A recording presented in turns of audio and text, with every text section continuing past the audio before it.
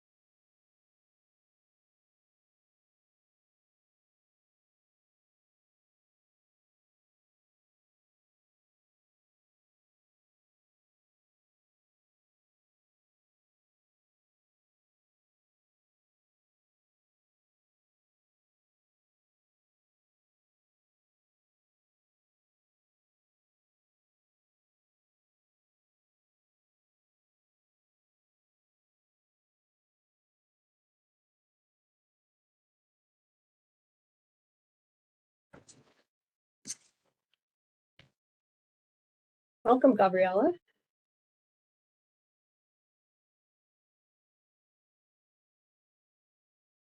Good morning. Nice to see you, Kathy. Yeah, nice to see you. I wanted to flag, I have been in, I think I've communicated, was in this kind of emergency response mode on domestic wells in Eastern Oregon for about 6 months, and now Right. getting back to the other parts of the job. But we've had a transition in the public health division. Rachel Banks has gone to head up the public health department in Multnomah County. Oh. And Kara Biddlecombe, the deputy director, is now the interim public health director. And so I will be doing a communication to loop everybody in and update things, but I just wanted to tell you about that transition. Great. Thank you. I appreciate that. Yeah, maybe we'll follow up with you on talk offline. Yeah, sounds good. Nice to see you. Thank you. And get my audio to be working a little better.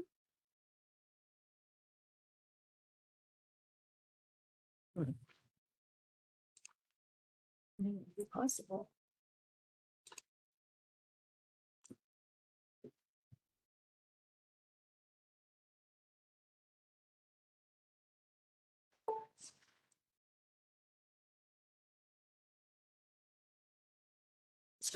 Sorry about that.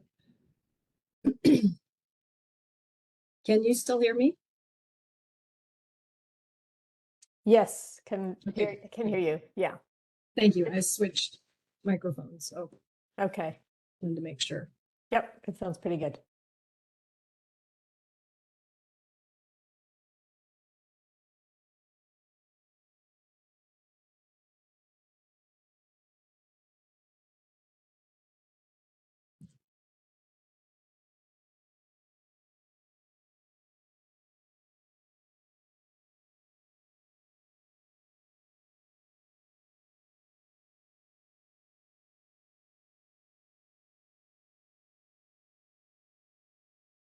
Hey, Zach. Good morning. Good morning. Tom, it looks like you're on twice now. Still working on getting the transition to your computer.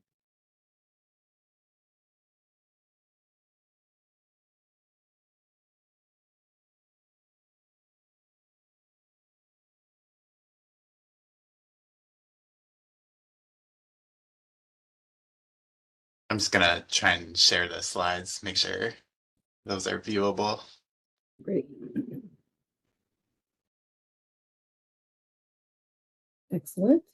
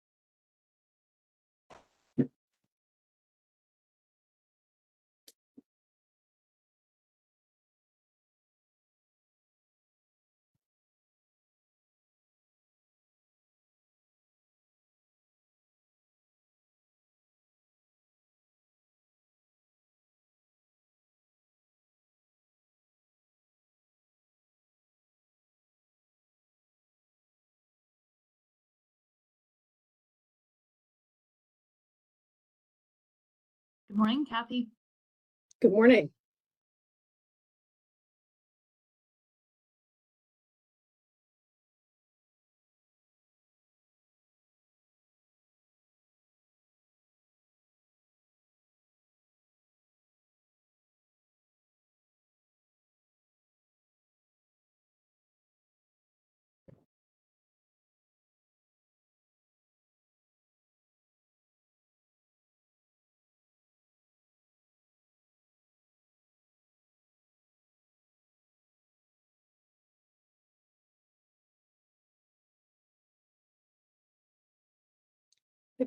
Give folks a few more minutes before we open the meeting.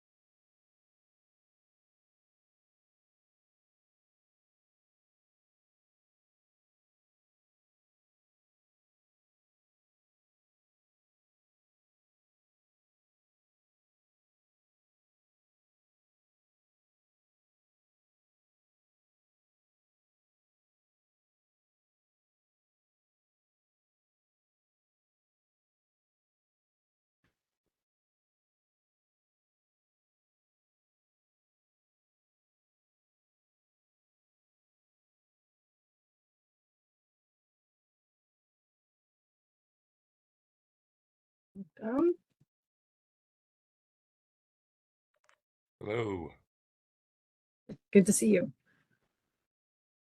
good to be here.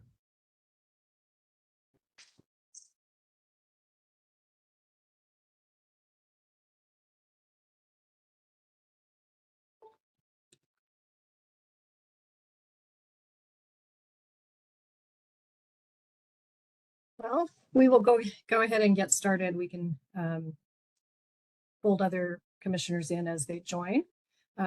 With that, I would like to open the November 17th meeting of the Oregon Global Warming Commission. Welcome, everyone, commissioners and members of the public. Before we do roll call, we'll give a little bit of time for folks to join. I'm excited about our topic today. We'll be focusing in on our natural and working lands work, reviewing the new direction from House Bill 3409, the INR report and work of the advisory committee, and talking about kind of how do we start implementing on the next body of work, and how can the work that the advisory committee did over the last year and the INR did can inform that. We are expecting, and I haven't seen yet, but we're expecting Debbie Colbert from the governor's office. Oh, Debbie is with us. Great. To join us and talk a little bit about the work that the governor's office has been coordinating on the fund request. So excited to hear more about that. And then we will specifically talk about next steps relative to establishing a new advisory committee for natural and working lands. As always, we'll take some public comment near today. It's going to be near the end of the meeting. The time is estimated at around 11:35 that we'll start that, depending on how our earlier conversations go. With that, Zach, would you mind reminding people, or Abby, would you mind reminding people how they can sign up to testify during the public comment period? Yeah, absolutely. So there's a couple of ways that you can do that. You can always put questions into the chat, or there is a little hand that you can raise. So towards the bottom right of your screen, there's like a little face emoji, and then next to it is a hand. And if you just click that, that'll raise your hand to be called on during the questions. And that's during the public comment period. Yes. Thank you. So we'll sign up a little bit early so we can take stock of how many people want to provide comments. And then we'll close with next steps and talk a little bit about our meeting in December. So before, I guess we can go to roll call now. And I'll try do the voting members first. And I show Commissioner Reitman. Yes, I'm here. Thank you. Commissioner Ford, Good morning here. Commissioner Apter, Good morning, I'm here. and I show Mary Morelands has joined us representing Commissioner Anderson. Yes, thank you. Here. Great, thank you. Just looking down the list. And then to the non-voting members, Commissioner Potowski. Good morning, here. Good morning. Welcome. Director Benner. Good morning. I'm here. Had been informed that Lisa Phipps might be representing Commissioner Bateman. See her yet. Oh, I also see Commissioner Shippentauer. Thank you for joining, one of our voting members. Gabriella Goldfarb is representing the Oregon Health Department. Good morning. Thank you. Good morning. Judith Callens is representing the Oregon Department of Agriculture. Good morning, everyone. Suzanne Carlson is representing the Oregon Department of Transportation. Present. And going forward, Susan Pythman will be representing for Director Strickler. Great. Thank you. And Commissioner Shippentauer, I didn't give you a chance to announce your presence. If you would please do that for the record, that'd be great.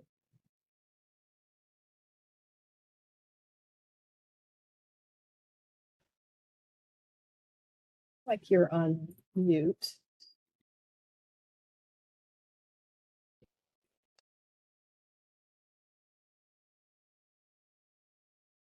Well, perhaps Commissioner Shippentauer is still working out some kinks on the audio. So you can just cut in when you get that worked out and announce your presence. So thank you, everyone.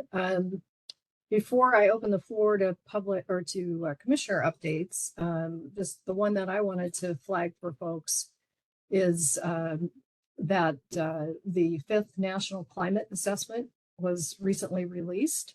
And it's a really great document that talks about both the likely impacts of climate change in the US and the costs of the impacts that we are already experiencing, our progress towards emission reduction goals, and has some good information on actions being taken in different parts of the country to address climate change.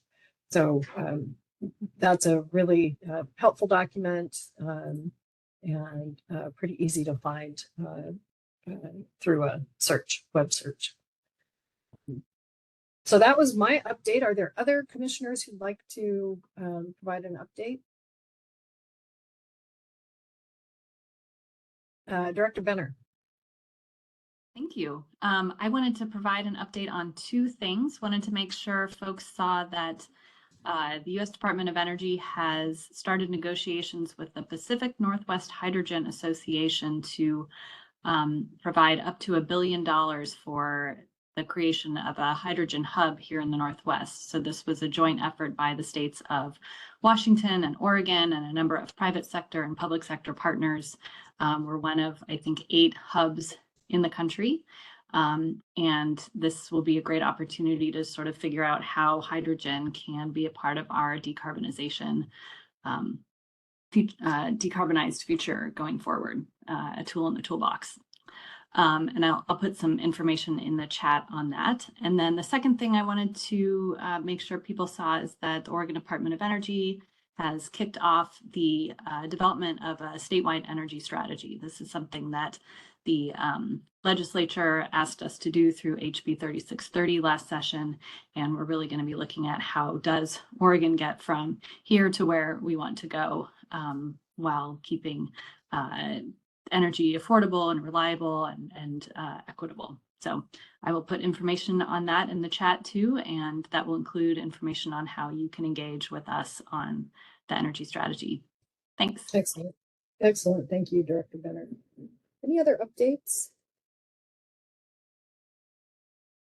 Senator Dembro. Yes, thanks, Madam Chair. And I don't think I or Rep. Levy were called when we did the roll, so I don't know if you need to do that. Apologies for that. And Well, I think we're both here. I think that we may have Representative Levy's Chief of Staff. Okay. Today. Both of us are here because I have to step away during the middle of the meeting, so she's going to cover the whole meeting. Excellent. Thank you. I Great. appreciate Hi, that. Bobby. Hi, Michael. Kathy, I did want to say I had the honor the last couple of weeks, or starting a few weeks ago, of leading a delegation to China. It was a delegation that was renewing and expanding agreements on a variety of fronts: trade, research, education, cultural exchanges. And one of the things that I was able to be part of, and actually to be one of the moderators for, was the third China-US Forum on Climate Change and Sustainability. It's a cooperative effort in its third year between Oregon and its two sister provinces of Tianjin and Fujian. And it was very, very interesting, a collection of academics, business people, government people, just looking at sustainability projects and climate action in both, in all three states. And we were fortunate to have one of the presenters was Tom DeLuca, Dean DeLuca from the Oregon State School of Forestry. And he's been working on a project with a Chinese professor, and they both presented. Tom was by Zoom, and the Chinese professor was by was there in person. Although now, I think by today, he's in Corvallis to continue the work that they're doing together. They'll be working in person together for the next year. And it's very exciting. It has to do with the effect of climate on soil and, root systems, et cetera, which is Dean DeLuca's specialty. Anyway, that was great. But I did also want to say that one of the things I learned is that China has committed itself to what it's calling the dual carbon strategy, which is, I think, going to be very familiar to us as we're considering the work today. And that is the dual carbon strategy is, on the one hand, reducing emissions, and on the other hand, naturally sequestering carbon in order to get to net zero or net zero minus. So anyway, very exciting. I have a lot of stories to tell. If anybody's interested, get in touch. Thank you so much, Senator Dembro. And again, apologies for skipping over the roll call for our elected officials. It's so important to have you join us, so we really appreciate it. And I am just looking to see, I think, I also want to welcome Karin Power from the governor's office, who's also joining us today. That's great. And I note that Garrett Martin is here representing It does. the PUC. And Cheryl, it looks like you're unmuted now. Okay, great. Thank you. Good morning. Just want to make sure I check. Sorry for interrupting. No, no problem. No problem. I was just kind of looking back over the list of folks who are here. Great. Well, thank you, everyone. Any other updates?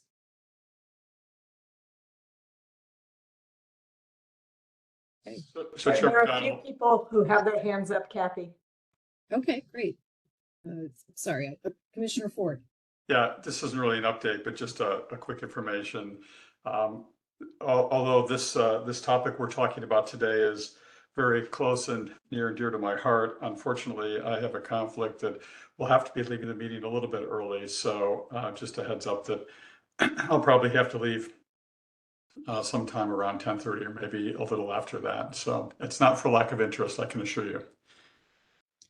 Thank you, Commissioner Ford, and we'll make sure to give you some room before you leave to make any comments you want to about any of the recommendations that we haven't covered yet. So we'll make sure we have time for that.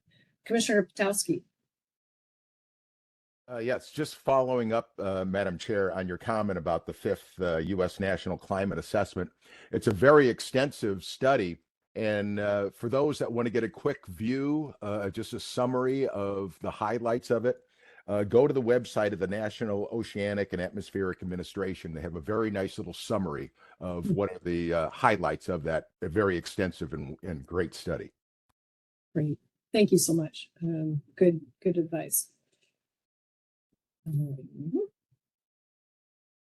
With that, I will go ahead and turn things over to Zach to kick us off on the status of the work plan and activities, and then we'll invite Debbie Colbert to give us an update on the fund ideas. McDonald, this is Gabriella. I did have an update for OHA that I wanted to share. Apologies, I didn't see your, for some reason, I'm not seeing hands all the time, so. No worries, no worries.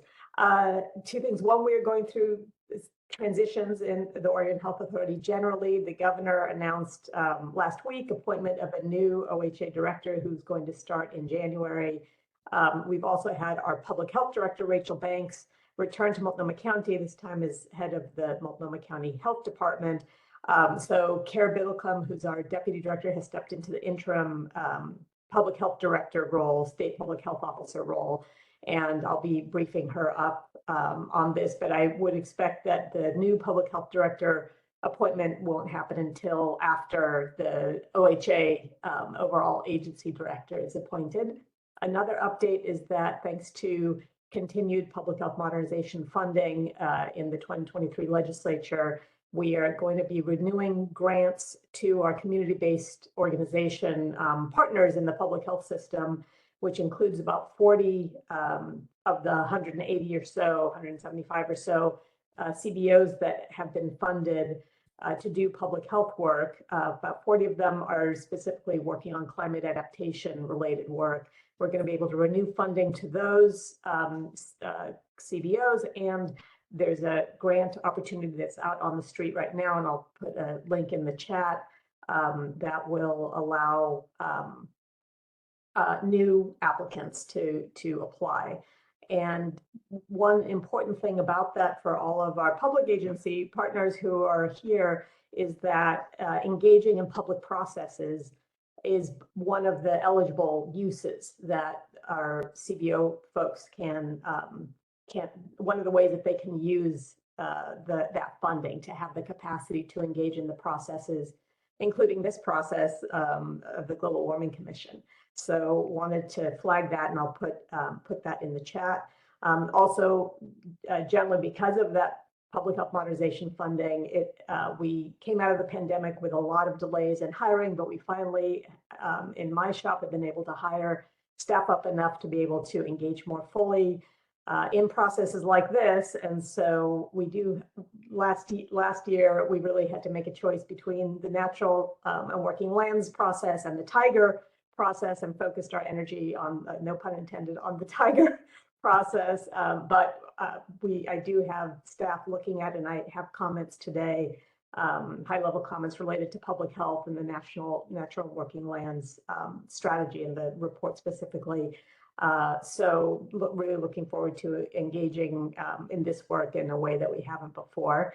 I also have a conflict. I'm on an interview panel for a job, so I'll be hopping off from 9:30 to 10:30. So back and forth, but nice to see you all. Thank you. Thank you, Gabriella. Appreciate the update. Exciting to hear. Okay. Well, with that, I will turn things over to Zach. And we can get an update on our work plan. Thanks, Chair McDonald, and good morning, commissioners and everyone. Just before I jump into the update, just quick housekeeping thing in that we asked at the start of the meeting for folks who might be interested in public comment to raise their hand or put something in the chat. And so if you're one of those who raised your hands, we've registered that, so you can put that down so then we can figure out who might have questions as we go. So thank you. And we'll also ask again as we get closer to the public comment. So looking forward to the discussion. As many folks know, we developed a draft work plan back in August that had a number of caveats for the work ahead, as there's still a lot of things shifting and moving, but we wanted to be able to provide illustrative look at how we might be able to achieve all of the work that was coming out of the last legislative session and on the commission's plate. And so instead of issuing updated work plans every month, we've been providing updates at each meeting to try to keep folks up to speed on what's happening and where we're making progress and where things we may need to readjust. So this is an effort just to provide some key status updates here. And so at the last meeting, we introduced the fact that we had a number of open seats, both new seats from the legislation in the past session, as well as some existing seats for commissioners who needed to move on. And so we had encouraged applications for those by October 30th. It's a rolling application deadline, and we did get a few applications. So thanks to those who did provide applications, and we've seen some more continue to roll in. And so we wanted to continue to encourage applications for the new and existing open seats. There are 5 voting member seats that are open with focus on environmental justice, youth, fishing industry, manufacturing, and 1 at-large seat. And then there are also 3 non-voting at-large member seats, and those are to be filled from state agencies or academic institutions. And so I included a link under the applications there that's hyperlinked to the Governor's Commission's board website, where you can find more information on how to apply. And if anyone has any questions, please do let us know. It would be great to get applications in by the end of the month. Again, it's a rolling application deadline, but we're hoping to be able to get the new commissioners in place early next year so that we can harness all the wisdom and energy of those new commissioners for the work ahead. With that, we're also continuing to work on all the new staff position descriptions coming out of the last legislative session, and hopefully moving forward with those hirings as soon as possible. We're continuing to reevaluate many of the RFP related timelines in the draft work plan. There's a lot of work going on across the agency, and a lot of work coming out of the legislative session for the agency. And so trying to adjust the timelines as necessary to be able to help move all of the work forward, in addition and inclusive of the commission's work. And then I think the big updates here and the focus of much of the discussion for this meeting is around the National Working Lands work. So we held a kickoff meeting with the relevant agencies, and we're planning to meet regularly moving forward to be able to get feedback, bounce ideas around, learn from each other, collaborate, etc. And so really excited about being able to continue that conversation and looking forward to having the agencies that are involved in this work be able to help shape the work moving forward. The commission subcommittee that was formed as part of reviewing the INR's Institute for Natural Resources final report met and informed some next steps, which you'll hear about a little bit later today and is the bulk of much of the presentation. The governor's office is doing some coordination on the Natural Working Lands Fund, which you'll hear more about in a minute. And then just wanted to note that at the last meeting, we noted that we may need to pursue some legislative deadline changes for the Natural Working Lands deliverables based on a number of factors related to the timeline and the amount of work that the agency has. And so it's likely that we're going to need to pursue those legislative deadline changes. And so just wanted to let folks know about that. So wanted to invite Debbie from the governor's office to talk a little bit more about the Natural Working Lands Fund work that the governor's office is helping with.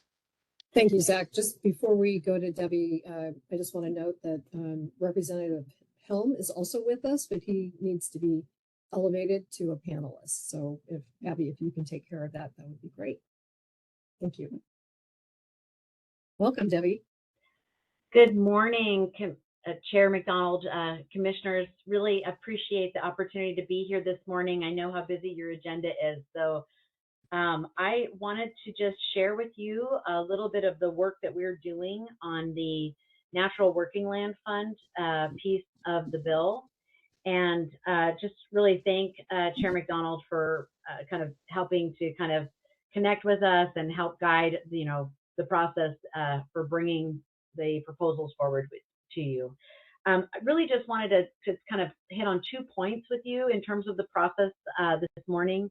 Part of our goal in the governor's office is to convene the 4 agencies that were identified in the bill for funding and make sure that when we bring forward these proposals, that it's really a cohesive and coordinated proposal, not kind of each agency coming separately to you and then you're trying to figure out how it all fits together.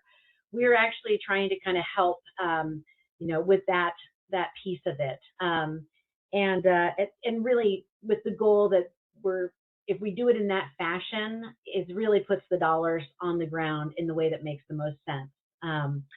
So that's part of what I'm working on in the governor's office, and there's an element of urgency around this work that I wanted to share with you. We are very excited that $10 million can really be very impactful in this work. But there's a lot of steps in order to go from where we are today with you to agencies actually getting that money on the ground doing good things. So we have been working with the chair on a kind of a timeline where we would bring kind of a preview of the package to the commission at your December meeting, have the whole panel of agencies there to talk about kind of what we're thinking as a package, and then submit something formally to you in advance for public comment and consideration by the commission in January.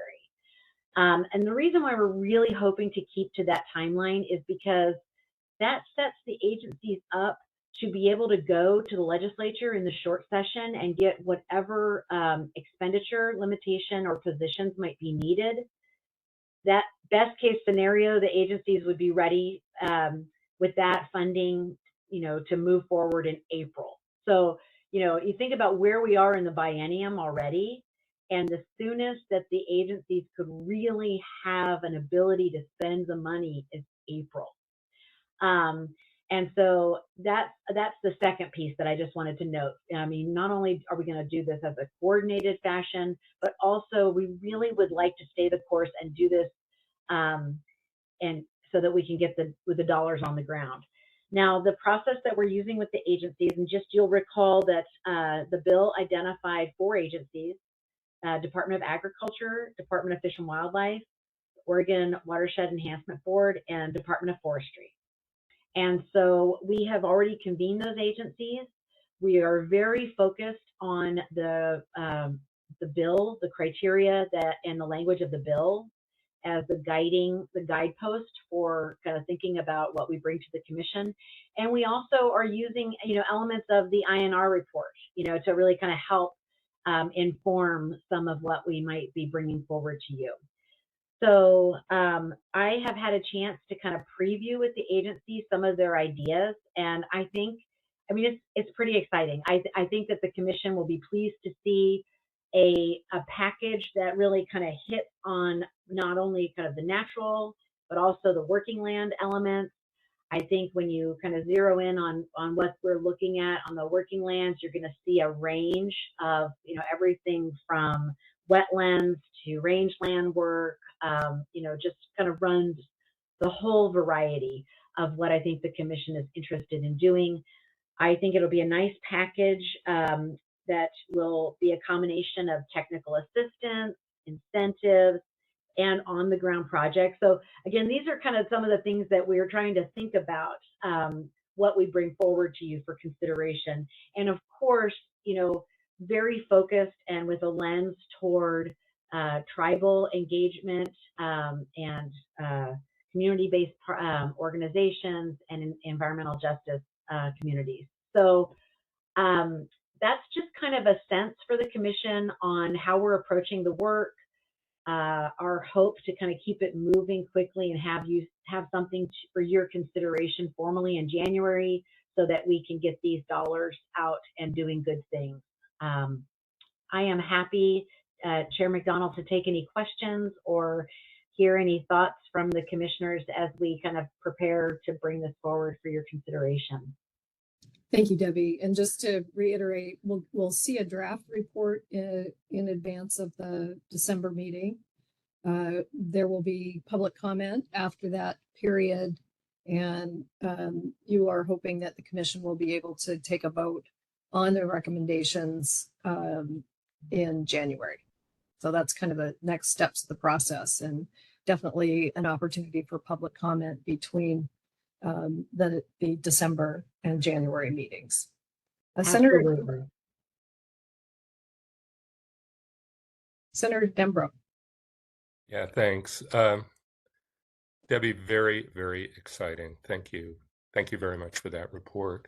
One of the other considerations that we're hoping to see happen is that these funds will also help us draw down some federal funds. This is a topic that we discussed at the last Ways and Means Committee. Thank you for your presentation there. How does that look, or is that being taken into consideration in terms of what you're going to be presenting to us in December? Chair McDonald, members of the commission, and Senator Dembro, thank you, because that was actually one of the bullets I meant to hit on. That is absolutely going to be a piece of this.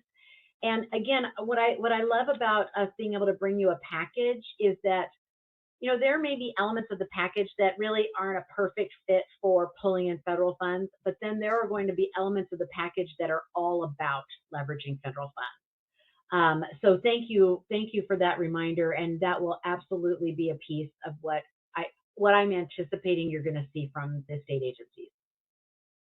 Wonderful. I look forward to it.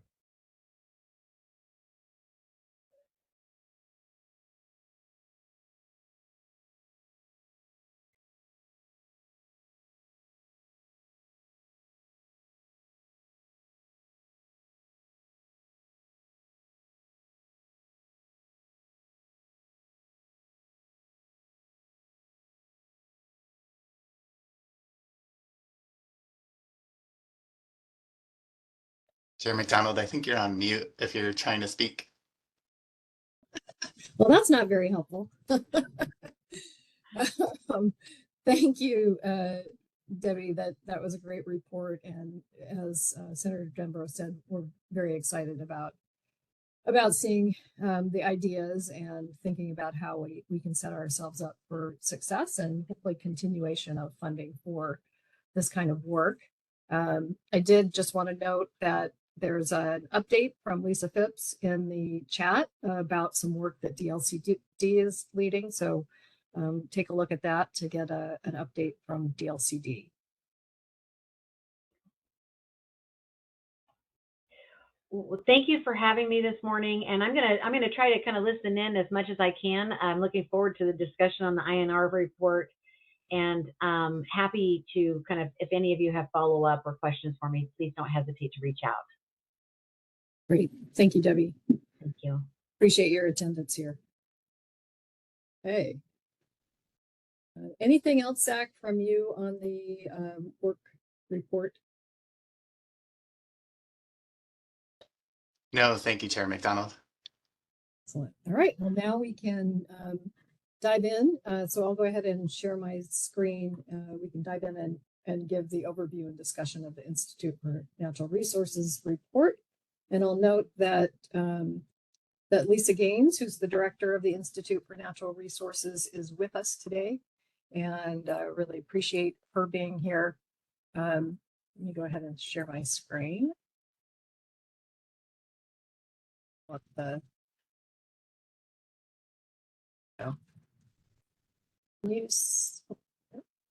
Everybody see that, or getting close anyway? Here we go. There you go. Excellent. Looks good. Excellent. I just want to thank the Institute for Natural Resources in general, and Lisa in particular. They did an outstanding job of helping us get started on some of the work that we have been tasked with doing as part of House Bill 3409, which I'll talk about briefly. First, so the overview of today's presentation is to first kind of review the Commission's work on natural and working lands briefly, give an overview of the provisions that are associated with natural and working lands, review INR's report and the subcommittee's recommendations for consideration, and then I'll turn things back over to Zach, and we will talk through the advisory committee process and next steps to establish our next advisory committee on natural and working lands. Just a quick reminder, we were directed by Governor Brown in her executive order to develop a proposal for how natural and working lands, Oregon's overall emissions reductions. And we spent a year-long process working up that proposal. We were very fortunate to get a lot of involvement from Oregonians. We had over 1,000 Oregonians engaged in the process, providing comments.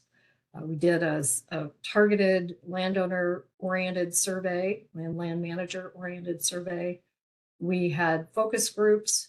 We did a broader public survey, and then of course we had opportunities for public comments at 11 different commission meetings. We also invited tribal representatives and academics and federal agencies to present at several meetings. So a lot of opportunity for good engagement. And we adopted the proposal on August 4th in 2021.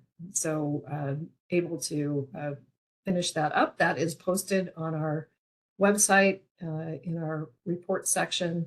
So if you want to refer back to that, it includes a number of kind of a summary of the public input that we got, as well as recommended strategies and actions that Oregon could be taking to increase net sequestration in natural and working lands. So just a quick overview of House Bill 3409 and the sections that were primarily relevant for us in section 67. It defines and declares that natural investments in natural and working lands is a policy of the state, as well as investments to help us directs us to ensure that there is a process for tribal consultation, state agency coordination, and public comment. It allows the commission to establish a natural and working lands advisory committee with at least 15 members representing different areas of expertise, which you'll hear more about later in the meeting when Zach talks about the advisory committee. And then it requires development of carbon sequestration and storage data, metrics, and goals.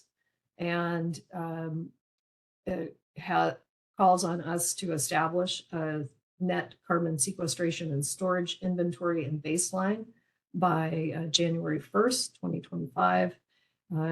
Develop activity-based metrics and a baseline, as well as community impact metrics.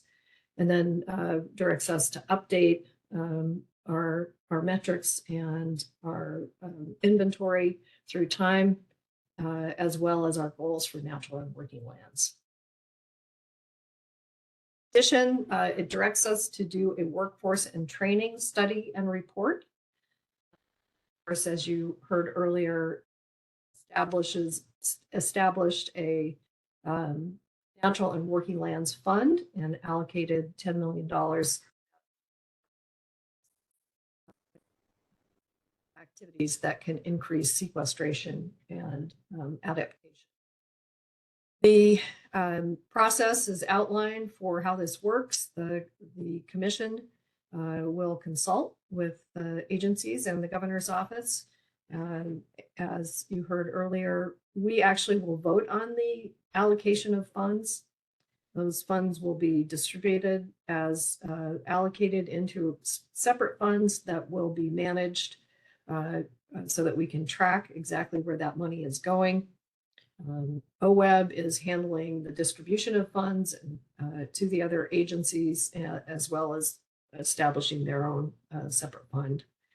The agencies will do rulemaking as needed, and then we are asked to produce an annual report summarizing how we're investing the funds, and then also to include reporting on how the funds are being used and other funds we might be leveraging, per Senator Denbrough's comment earlier, in our biennial reports that will now be due December 1st of even years. So that's kind of the process, and those are the elements that we are directed to do.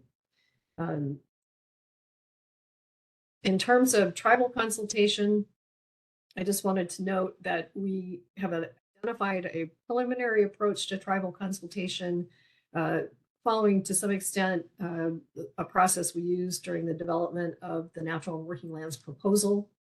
Want to have regular meetings with the tribal natural resource leaders. They have regular meetings with state agency natural resource managers, and so we'll want to make sure we're attending those meetings and presenting on topics and getting feedback. We will conduct outreach to all the tribal chairs and the natural resource directors. We'll require the agencies that are implementing the fund to include consultation in finalizing the use of the fund. And then a task force on tribal consultation was established by the legislature this last session. And once their recommendations are out, we will follow their recommendations and update our process for tribal consultation. I will note we got one set of comments today that came in after we put our package of public comments in. It was from Margaret Corby, and she participated in part of the Natural and Working Lands Advisory Committee and has some really specific thoughts about tribal consultation and how we should do that going forward. So it just came in this morning, and so we'll get that posted right away and make sure we harvest any of the ideas that that she shared with us and others may share with us over the next several weeks. But definitely an important step and something that we want to make sure we do. I think there are a number of places where tribal consultation will be helpful, in addition to providing input on how funds should be used. I think we want to go back to the activity list and see if there are practices and activities that that tribes would like to add to that list, and make sure we account for in how we're tracking our investments in different activities over time. And I think there will be some specific practices that tribes may propose that weren't well captured in the work we did over the last year under the leadership of the Institute for Natural Resources and Advisory Committee. So looking forward to really thinking this through and getting good input on how we should be approaching tribal consultation broadly.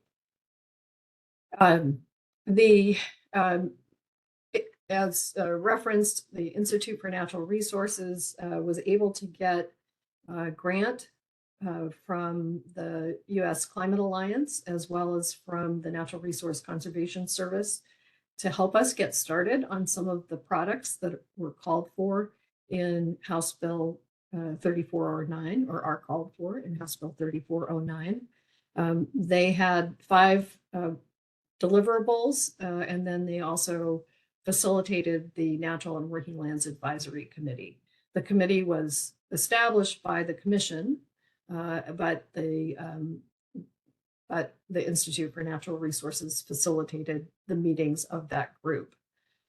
And you'll see here that a number of the deliverables are a good start for us in thinking about how we implement the provisions in House Bill 3409. All of the information that was generated as part of the advisory committee work is captured on a website, and that can be accessed through this link. It not only has background resources and some information about the approach, but it also has the information from each of the advisory committee meetings. On the right is a list of the members of the advisory committee that operated over the course of the last year. We had 26 members of the committee representing diverse interests, expertise, and diversity of the state. The meetings that I sat in on really, I thought, had great conversations. A couple of subcommittees were created to dig in a little deeper on subjects, in particular the agriculture and forestry activities or climate practices. So really want to take time to not only appreciate the Institute for Natural Resources, but the incredible contributions that the advisory committee members made. They met 11 times and then did work through subcommittees and in between meetings, and really provided some robust feedback to the draft products that the Institute for Natural Resources were developing. The process was, in addition to the advisory committee and the meetings that the advisory committee had, we had technical committees focusing on the different ecosystem types or land cover categories. So we had a blue carbon technical assistance group, agriculture assistance group, technical teams were led by a kind of a core group and then pulled in additional experts as needed. And that's why they were referred to as kind of ad hoc committees, just to make sure we were as efficient as possible, but also getting broad input. And then the Institute for Natural Resources did an additional review of the activity metrics with an external group of experts and interest groups. And that information is also summarized in the report on the activities. So you just see here kind of the scope of work, kind of the relationship of the different groups, and who all from the Institute for Natural Resources were helping us with this work along the way. We did have support also from the Oregon Department of Agriculture and from the Nature Conservancy on the technical work groups, with the latter being helping lead the blue carbon work. So really helpful, appreciated the support of all the technical advisors. Just a quick reminder, the subcommittee of commissioners that reviewed the Institute for Natural Resources report included Commissioner Apter, Commissioner Ford, myself, and Commissioner Reitman. And we, as Zach mentioned earlier, we met, reviewed the report, and then discussed some of the issues that the commission will need to grapple with as we move this work forward. So that, I'm just checking on where we are on time. I think we're a little ahead of schedule. So I'll go ahead and keep going, unless, Zach, there's anything you want to add. Nope, all good. Thanks. Okay. All right. Well, then we'll go ahead and keep going. I think we've got a break planned at 10:20. Is that correct, Zach? Yeah. Excellent. Okay. So one of the first requirements or deliverables that the Institute was asked to provide was a proposed methods for developing a natural and working lands inventory. So inventory of net sequestration in Oregon's natural and working lands. And I asked them if they would create kind of two options for us, a more basic option and a more advanced option. And so they set about trying to answer the questions of what are the current carbon stocks and net sequestration in Oregon's natural and working lands? How are those carbon stocks, emissions, and sequestration changing through time? The causes of the changes and how we would go about tracking the differences. And so those were the issues that they considered as developing recommendations on the methods. The basic method was and is an improvement on what the EPA provides to states as part of their state inventory tool. So it would improve just upon that basic tool, but it would be modest improvements based on existing information.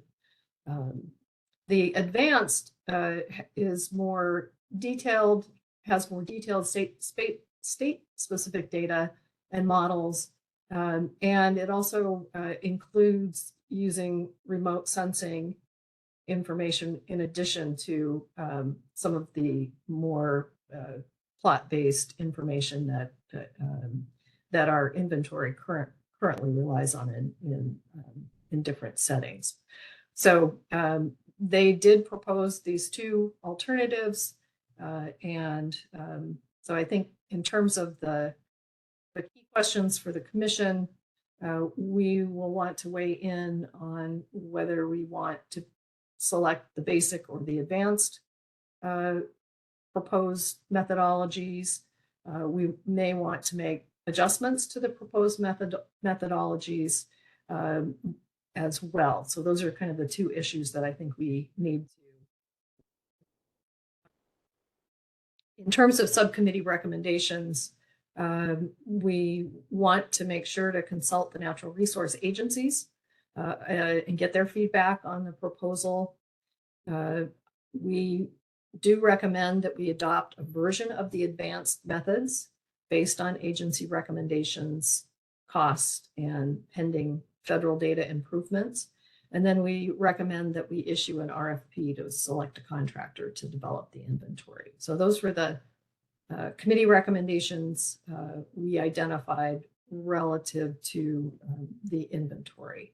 The reason that we're interested in adopting the advanced methods is that will give us a lot better information about what are the causes of changes to our net sequestration, and more information that we can use to kind of track our progress. So we do have a budget to do this. We will have to consider the costs in advancing this work. And just to note, the federal government is looking at some significant new investments to improve data availability through NRCS and the Forest Service. And there's a growing body of work on blue carbon that we can take advantage of. There's a great interorganizational group that's been working on improving blue carbon data in Oregon for quite a while now, and they've made some significant advances that we can include. So I'll stop there and see if there are any questions or comments from the other subcommittee members, and then open it up for the commission more broadly.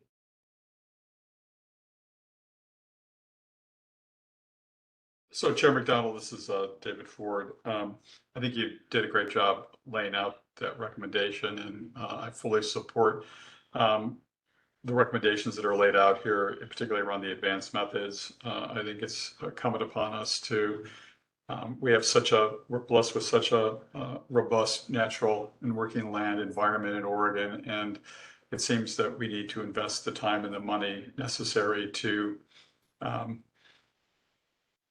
really use the most advanced methods that we can, and not just for us, but we can also, I think, set a bit of a template for maybe others in the country to be able to use as well. And so I'm strongly supportive of that. And I think that, the sooner we can move to an RFP to select a contractor, the better off we're going to be. Thank you. Thank you, Commissioner Ford. Other members of the subcommittee? Yes. Commissioner Reitman. Thank you. Yeah, I'd just like to thank the legislature for recognizing and emphasizing the role that natural and working lands play in mitigating climate change. And so now we actually have an opportunity to quantify that. And so I'm just fully supportive of everything that's being done. And thank you for all your efforts, and thank you to the legislature. Thank you, Commissioner Reitman.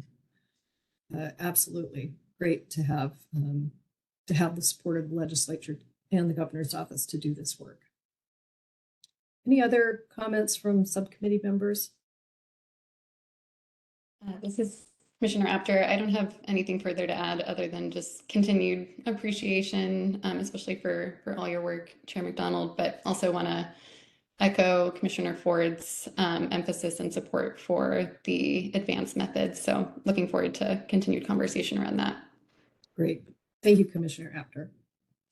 Okay, we'll go on to this, and we'll go on to the second area.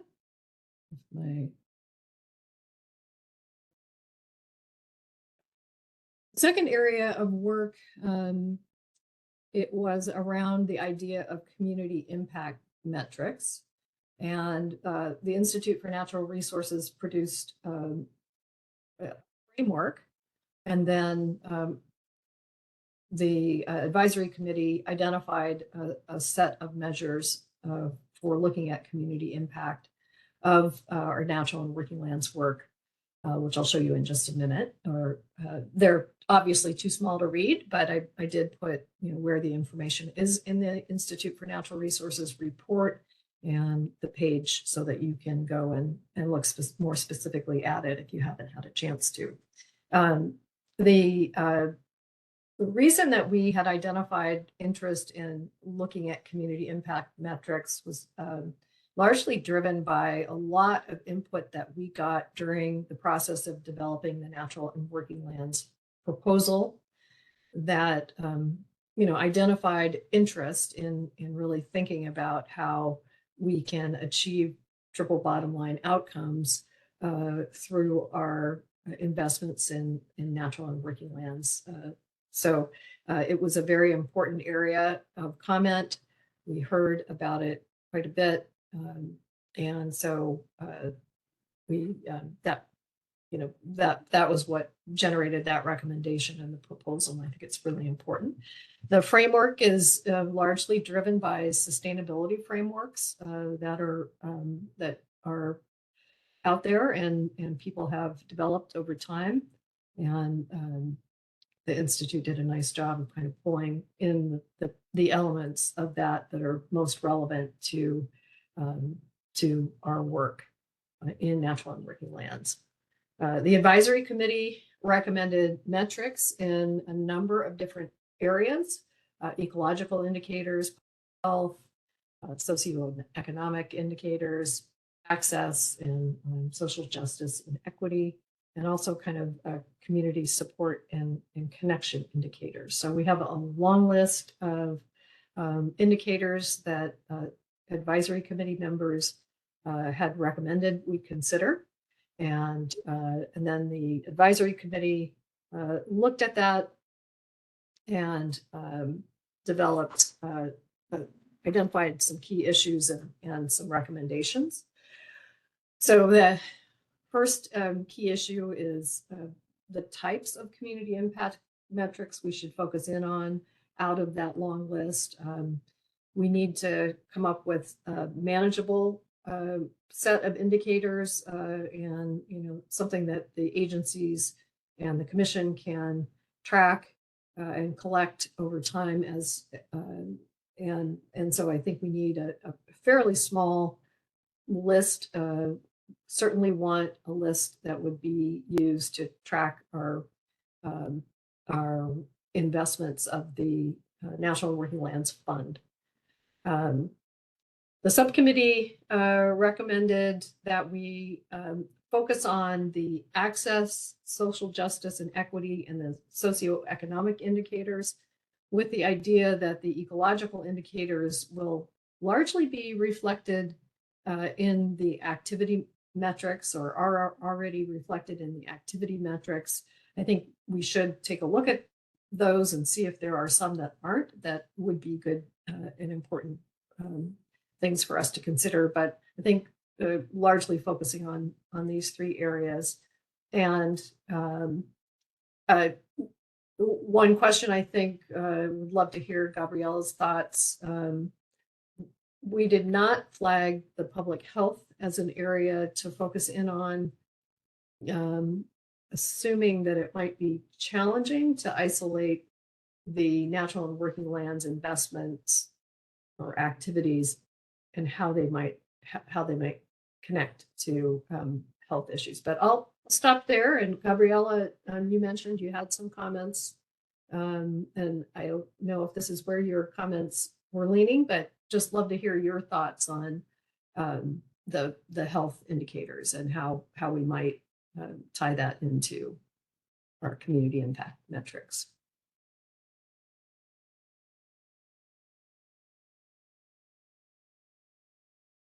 Are we in the window when Gabriella had to step out? I think we might be.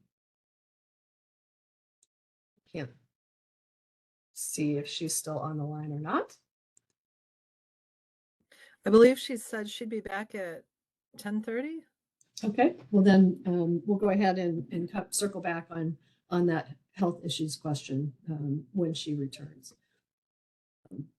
Then certainly we want to use the best available data collection methodologies, yeah, and as I mentioned, for a manageable list of community impact metrics, and then at least use them to help us assess the investments that we're making in the Natural and Working Lands Fund, but hopefully over time to encourage application of those metrics to other programs.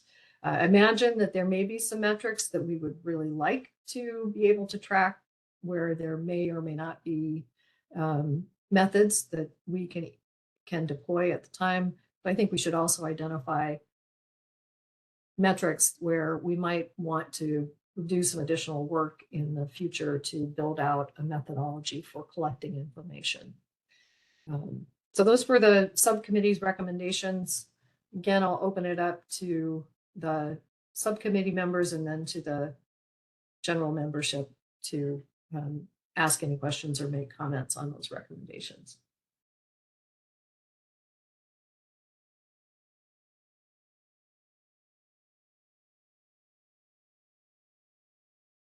Abby, if you can help me see who's raising hands. If anybody?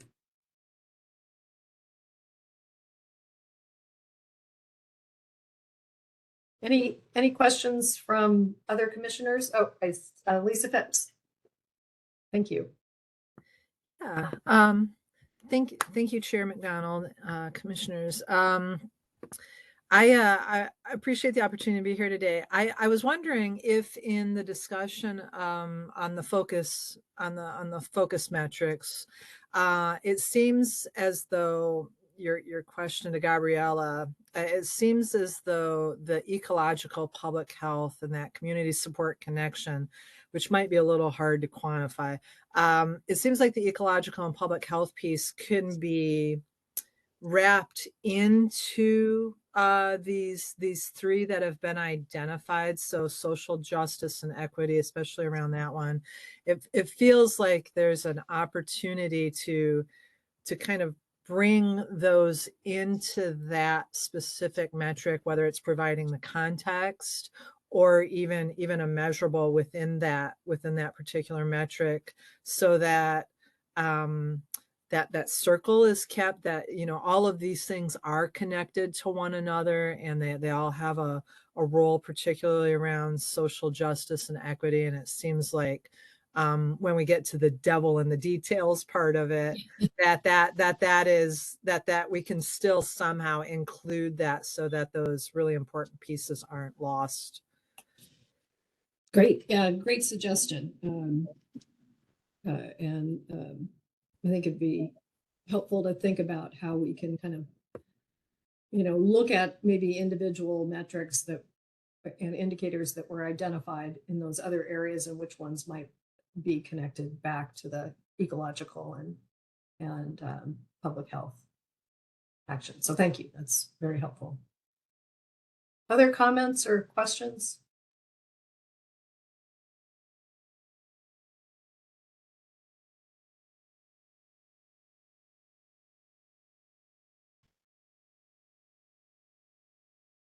Okay.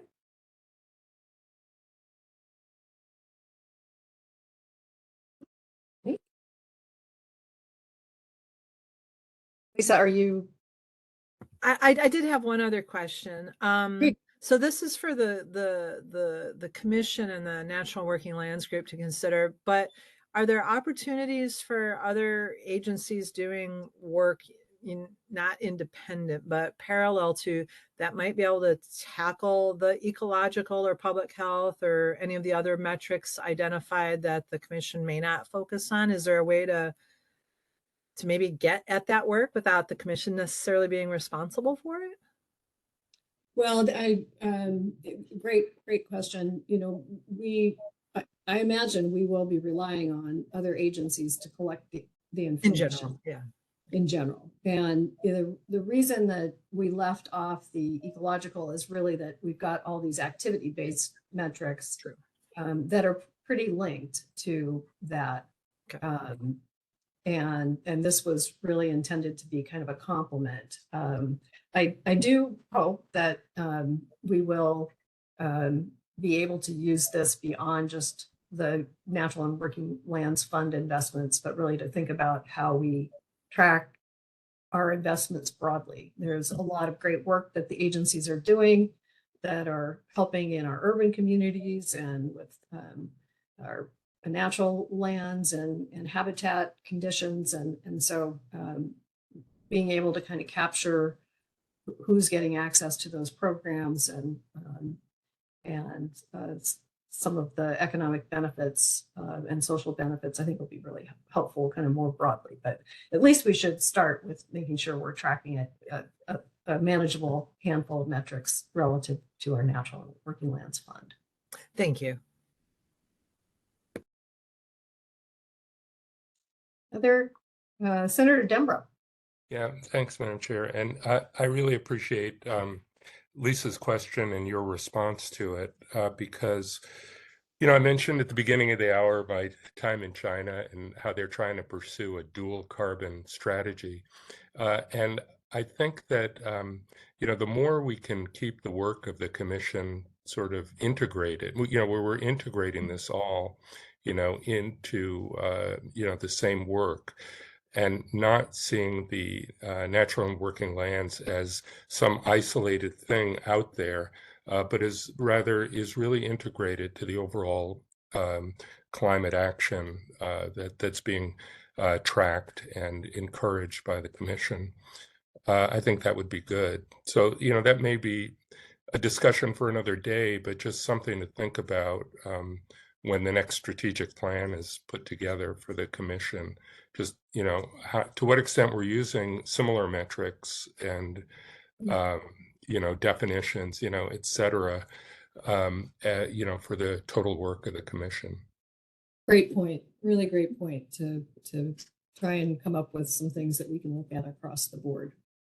Yeah, and we might be able to go back to some of the work that we did in developing the roadmap to 2030 to kind of, because we had some good conversations about equity, a good start anyway on questions about equity. Some of the information in the technical report spoke to socioeconomic factors and indicators. So I really like that suggestion, Senator Dembro, to really kind of try and think broadly across the board at how we might look at this work.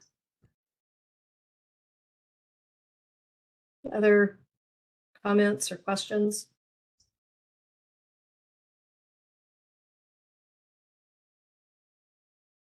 Okay.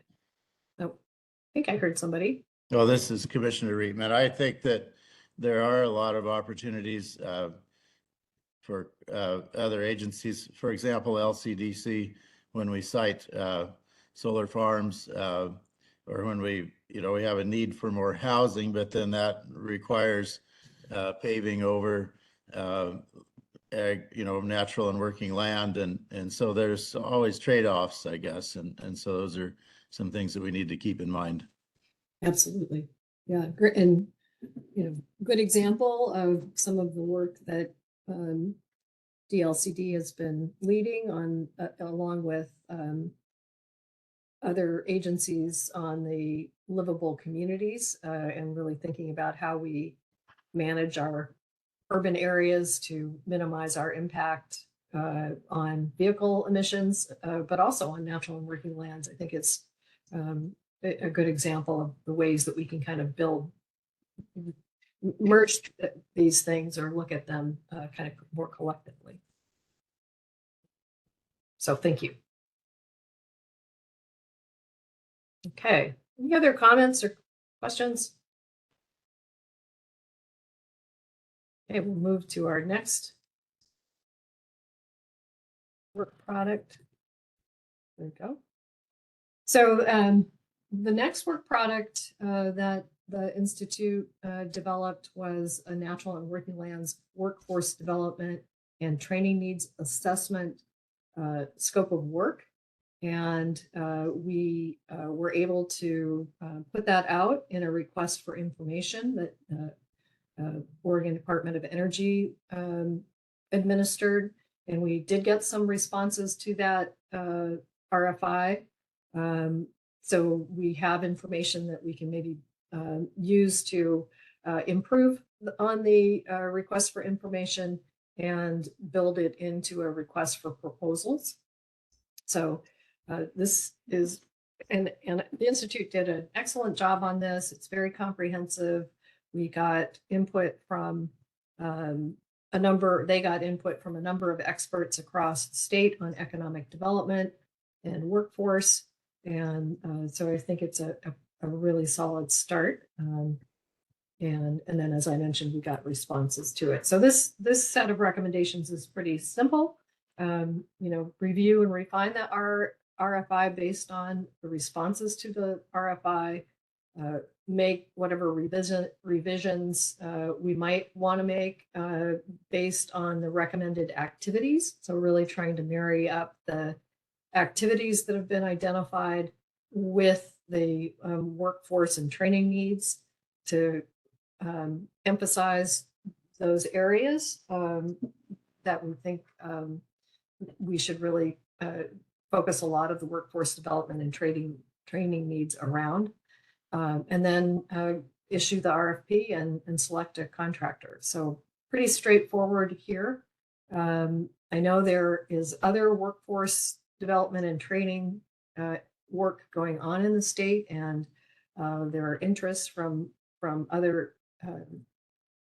in areas that are somewhat related to the natural and working lands work, or very related. So we'll want to coordinate and make sure that any new activities with regard to workforce development and training, since this was developed about a year ago, are incorporated into the RFI, or excuse me, into the RFP. Senator Denbrough. Yeah, thanks, Madam Chair. Do we have a projected timeline for when this work will be done, when we're hoping the study will be completed? We do have a timeline in the work plan that we presented in August. However, as Zach mentioned, a lot of the hiring that we need to do to get ready to post and review RFPs and the like, we're kind of a bit on hold until we can add the capacity that the new capacity that we were given as part of House Bill 3409. So the timeline's going to slip a little bit on that, and that's, I guess, in conversation with the Department of Energy to see when we can move on this, how quickly we can move. So look forward to following up with you about that, and also kind of getting a clear sense from Oregon Department of Energy about what's an expected timeline. Yeah, that would be great. Just to follow up, as you implied, there are some conversations going on around sort of complementary workforce analyses, and it would be good to just see how these different pieces could fit together and try to get their timelines aligned, especially if it ultimately led to some legislative action. Great. Yeah. I'll follow up with you on that. And I have been in communications with one of the advisory committee members about some work that their organization is advancing. And I don't know if that's what you're referencing or something else. But okay, great. Thank you. It'd be great to make sure we're coordinating on that. Right. Any other comments or questions about this? I think it's a great, I know there are great needs and great opportunities for Oregon by really thinking about how we can build back capacity or build capacity and make sure we're training people to help implement climate smart practices going forward. Just in the area of reforestation, we have lost a lot of capacity for seed collection, seed storage, grow out capacity, and And so there are a lot of good opportunities, I think, just in that one area. And I imagine that's true for a number of other areas of the natural working lands work. Yeah, and if I could follow up there, Madam Chair, just one of our goals here is really to try to build a local workforce to do this work. Exactly. So if we want to, as of course we do, support and build our local communities, we need to, find training and education possibilities for local people so that they can get that training locally, and or if they leave briefly, there'll be a place for them to come back to. Completely agree. I think that's a really good opportunity. And I think we'll need to think about how to combine training so that we can make these year-round positions as much as possible. Some of this work is going to be very seasonal, but if we can get creative about how we think about different types of work and how it might dovetail so that we can really provide family wage jobs year round to help help us advance this work, I think the better off we're going to be. Any other comments?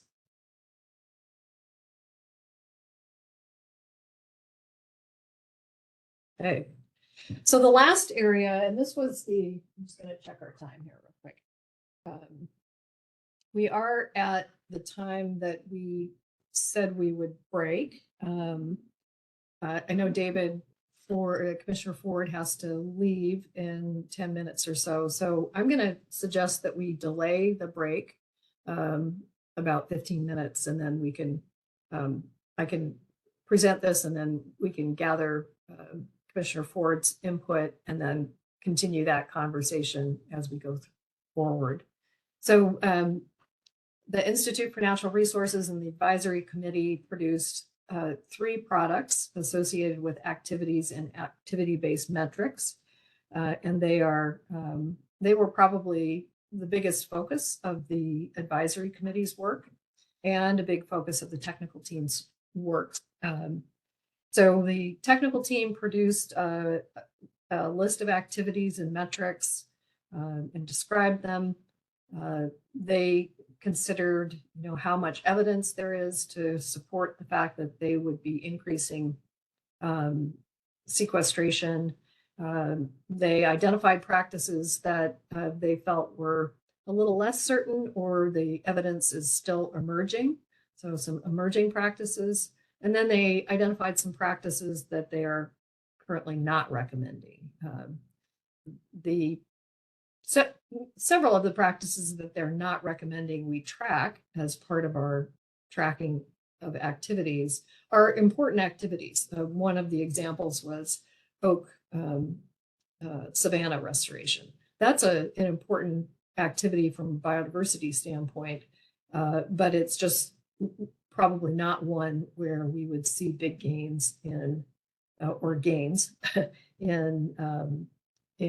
sequestration. So again, I want to emphasize it's not that they're recommending that nobody should be doing these practices, but that they're just recommending that they probably don't have a mitigation benefit.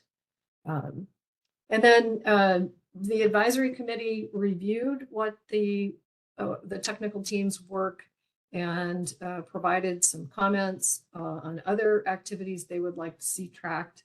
And then, as I mentioned, the Institute got input from external reviewers, some with technical expertise and some with interests in natural and working lands and experience, but not necessarily a technical background. They identified a long list of recommended activities, and then, as I mentioned, these emerging activities. The emerging and recommended activities can be found on page 19 and 20 in the Institute for Natural Resources report. This is just a summary of the recommended activities, either by the technical team or by the team So you see some blue carbon recommendations, rangeland recommendations, forest lands, and then a long list of agricultural lands and some activities that can happen in urban and suburban. Go over these in more detail. I've got these here so we can reference them. There are a number of issues that the commission will need to consider, and obviously we'll want to get agency input and review as well. But there are practices that were recommended by the technical team and practices that were only recommended by the advisory committee. So we need to decide whether we want to lean one way or the other. If we just want to take the technical team's input, or we want to include the advisory committee. In addition, there are some practices in the, especially in the agricultural list, that would reduce sector-based emissions. So they would be captured elsewhere in Oregon's emissions inventory rather than in the natural and working lands inventory. So we want to consider if we should consider some of those types of activities that will focus more on reducing sector-based emissions or not. And then we'll want to think about including actions, whether or not we should include actions that propose benefits other than mitigation. So for example, adaptation or soil health. And I want to preface the recommendations from the subcommittee. I would say that, this was the area that needs the most thought and consideration. And when the committee met, we kicked around some ideas, but I want to just emphasize that I don't think we're really set on these considerations. So I want to welcome the other members of that subcommittee and commissioners in general to provide other thoughts on how we should propose this. But as a preliminary set of recommendations, we think there's some value in considering a mix of practices that were recommended by the technical team and by advisory committee members. We might want to lean one way or the other. And I think the subcommittee thought we should lean a little bit more towards the technical team, but that we didn't recommend taking the advisory committee ideas off the table.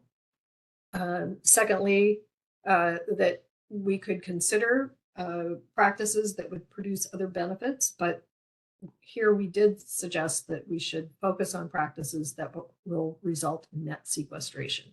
So while we certainly want to think about some of the other benefits, we probably should focus much of our attention on those that will result in net sequestration. And then the last piece is that we recommend that we consider inclusion of practices that would reduce sector-based emissions, but again, kind of lean towards focusing on tracking actions that will reduce land sector emission reduction or net sequestration. So those were preliminary ideas. And again, I want to welcome especially David to comment first, just to make sure we hear his comments before he needs to leave. And then we can carry over some of the rest of the comments when we come back for our break. Thank you. Thank you, Chair McDonald. I have a couple of quick comments. One, there was a robust amount of work done here. And when you just look at the list of recommendations, it's a bit overwhelming, to be honest. And so I think we have to just recognize we are where we are, and we need to take incremental steps forward to make progress here. And so I think some of the recommendations that Kathy just laid out in regards to the practices, I'd love to focus on practices with other benefits, but I think we need to start with with where is going to give us the biggest bang for the buck, if you will, related to net sequestration as a starting place. And I'm hoping that as we advance our knowledge and advance our work, we'll be able to incorporate these other benefits as appropriate and as necessary. Same with the sector-based versus the land sector emissions. I really think we need to focus on the land sector emissions primarily to get started. And as we make progress, I think we can broaden our scope, because I think our challenge is there's so much on the table that we could do. The question is, what should we do, and in what sequence, what order should we do them in, if you will, because we just don't have the capacity to do everything right from the get-go. The other comment that I would make is broadly, it's clear to me we and paneled an advisory committee, we ought to pay attention to the advisory committee. It's great that we have technical expertise. I would also argue that many on the advisory committee have technical expertise as well. And so the whole concept here is we shouldn't just look at one set of recommendations. We need to look to integrate them and make sure that we took the time and energy, and the advisory committee members took the time and energy. I think we owe it to them to be respectful and responsive to what their recommendations are, and incorporate them as best we can as we move forward over time. Related to the forestry pieces, which I'm quite interested in as the forestry rep here on the commission, and I know Tom and others have their areas of expertise. I was happy to see kind of the range of recommendations. I was quite happy to see the wildfire risk issue be brought up. It's a very significant issue. A lot of people think about wildfire risk just from a east side perspective, but I think we recognize the kind of risk that and actually very significant risk associated with the carbon stocks related to fires west of the Cascades. When we do have fires here west of the Cascades, they tend to burn significantly and take a lot of carbon out. So I think that's an important area. I also think reforestation is a really significant opportunity, and it ties into kind of the workforce discussion we just had. So lots of things to think about. And this is the beginning, and I'm really curious about what role the new advisory team will play to help us sort through some of these as we try to prioritize and focus on the things that are going to give us some of the best outcomes we can in the short run. So those are my quick comments. I just want to thank everybody that was involved in this work. I guess to conclude, a lot of significant effort, and I think it's going to help direct us in a positive direction. So thank you. Thank you, Commissioner Ford. Well, with that, we'll take a 10-minute break and be back here at let's go ahead and get back at 10:45. I think that will give us just a little bit longer break, and I think we're ahead of schedule. I think so. Let's come back at 11:15, and then we can wrap up this discussion and move to Zach's presentation on the advisory committee and how we want to move forward with that. So thank you all. And if you do want to provide public comments, please do let Abby and Zach know, and we'll make sure we've got you queued up for public comment later in the meeting. Thank you.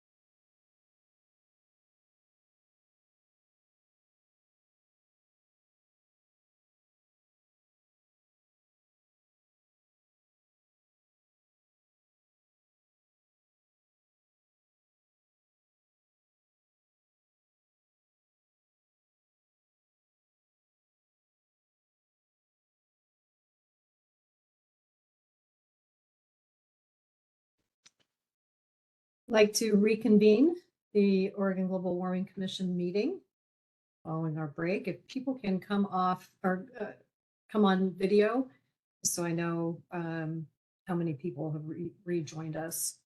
Appreciate that.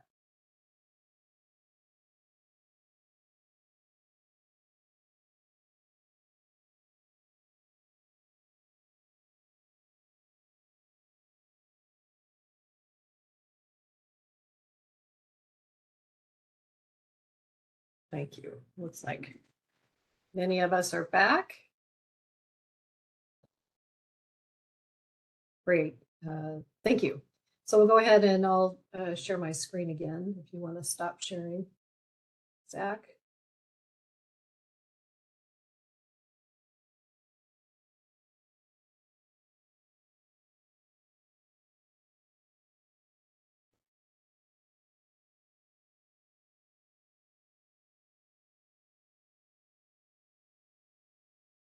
Excellent. So back to our discussion of the activity metrics, and one thing I wanted to just kind of follow up on what David mentioned. You know, we can identify activity metrics and track those, and as our understanding of different activities evolves, we can add new activities to the list. Just as with the inventory, the Natural and Working Lands inventory, and just as with all the other sector-based inventory and metrics, those can be updated over time. This is something that Elizabeth Elbel from DEQ has emphasized to me, that that is what happens in the other sectors, that there are constant improvements in the processes, and so we can start to layer in those improvements over time, and always kind of go back and backcast to inform our baseline as we add new things. So true for the activities metrics and true for the inventory. And just note that the inventory is a deliverable in the climate pollution reduction plans that DEQ and the Oregon Department of Energy are working on. The inventory, the Natural and Working Lands inventory, is due in the summer of 2025. So there is a deadline. We have a deadline for the inventory as well.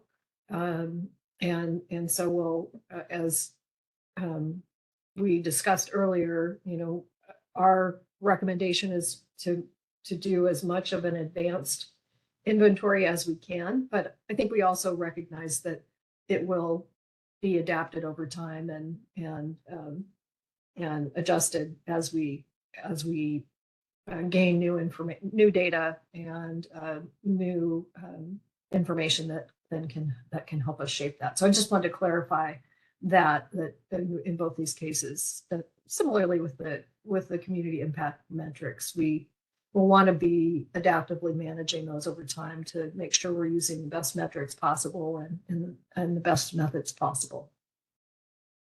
So with that preview, I'll go ahead and just open up comments on activity metrics, and love to hear different opinions about how to approach this work as we move forward. So welcome other members of the subcommittee and or commissioners just to weigh in as you'd like.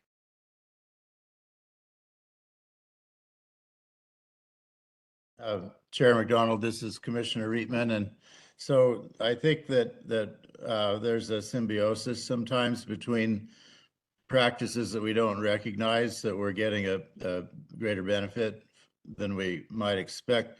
We need to use the best science, and I appreciate that the technical committee might have some of the activities that they didn't think would sequester carbon. Sometimes all we're doing is stopping the degradation, or we're maybe we're not building carbon, but we're not depleting the carbon any further than we already have, and so is one thing we need to consider. And then, like, for example, integration of forestry and livestock and farming. We can do things with doing all those three things together that are greater than the sum of the individual activities, like if we're mitigating wildfire by grazing cattle or eliminating a tillage by using the livestock to control weeds. There's benefits there that might not show up in the metrics, but I don't know. Anyway, just a thought. Yeah, really good points, Commissioner Reitman. Important to kind of think about the stacking of practices that might produce benefits and some of the other considerations that we'll want to make. And that the bill did encourage us to think about adaptation, so I don't think we take things that are benefiting adaptation off the table, but just making recommending that we focus and other practices. For example, when we build a solar farm, are we going to exclude all agriculture from that solar farm, or can we build those panels in a way that allows for some grazing or farming, or there's some activities that actually benefit from the shade of the solar panels? I don't know. Those are absolutely. That's a really things good point. that we probably didn't think about when we were planning. That's a really good point, Commissioner Reitman. And there's been some good work. I know we have a champion at the University of Oregon on agrovoltaics, I think is the term that they use, and ways that you can merge. Yeah, there's a lot of research being done. Yeah. So yeah, great point. Thank you. Senator Dembrow? Yeah, thanks. I really appreciate those comments by Commissioner Reitman. And I will say that U of O professor did present by Zoom at that Chinese forum that I mentioned. Great. And they were very intrigued by what he had to say. Speaking of sort of multiple benefits, to what extent are carbon credits included here as something to be looked at as potentially, worth prioritizing? I mean, if there are, economic opportunities, simultaneous economic opportunities for land management through carbon credits, is that something that the report takes into account? And Lisa is here and maybe can chime in on that. I don't think we talked at all about carbon credits, but it certainly is a funding source that could be used by landowners, as part of how they think about managing their land. The voluntary carbon market has a number of practices that landowners can adopt, and methods for monitoring those practices and verifying the carbon credits. So certainly is something that we can make sure is part of our toolkit in thinking about how to advance this work. Yeah, I just think that's really important to be included, and to help, to have structures in place to help landowners negotiate those often difficult terrains, or how small projects could be aggregated, sometimes. Thanks. Yeah, absolutely. Yeah, thank you. Appreciate that input.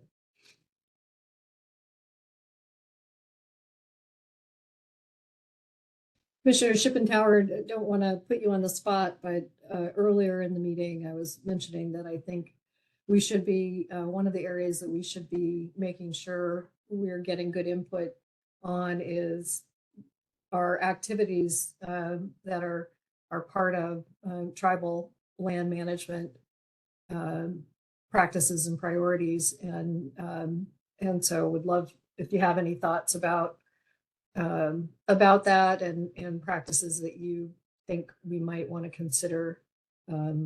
Love to hear anything now or as in follow-up to this meeting.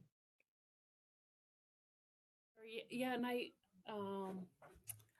I saw the letter that was sent by the member that was active. And I agree that there should be some, each tribe has different natural resource management approaches. And so with CTR, ours is based on first foods. So I would hope that with the funding that's coming out, that those would kind of be priority too. Because I think if we focus on those first foods, it'll address the other natural resource needs as well, and those natural and working lands. We have specific, all our natural resource management is guided by first foods, our forestry, our range management. But I think also we're hoping to see additions to, that's not listed in here, up to possibly wetlands, unless that's included in kind of riparian management. Because I saw on the list some of the practices were with the blue carbon is more tidal wetlands, but more would there be additional funding for like inland wetlands as well to address some carbon sequesters as well? And Generally, thank you, Commissioner Shippentauer, and look forward to talking further about how to integrate first foods management activities. Generally, freshwater wetlands have not, they vary more in whether or not they have net sequestration. And it depends on the hydrologic regime.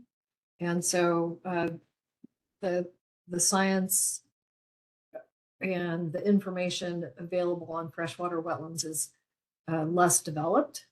So it wasn't an area that we were able to really dig into. There is work, I think, that's being done to try and better understand when freshwater wetlands provide sequestration benefits, but we're just not quite there yet. But that's certainly an area there where, you see that adaptation overlap, the importance of restoring freshwater wetlands. And I think as we get smarter about what the carbon or emissions interactions are with the freshwater wetlands, I think we should be trying to extend our thoughts to freshwater wetland activities as well. But we've got some, that is an area where we need some more science before we really know about how to assess the mitigation benefits. Chair McDonald, Commissioner Reitman again. I think I have a great appreciation for restoring these inland wetlands, because we bring it back to its natural state. What we see is the beavers return, and we're building great areas really of trees where there were no trees before. And so even if we aren't sequestering carbon, at least we're growing green plants that are converting CO2 to oxygen. And so I think we need to recognize that as a practice as well. Thank you, Commissioner Reitman.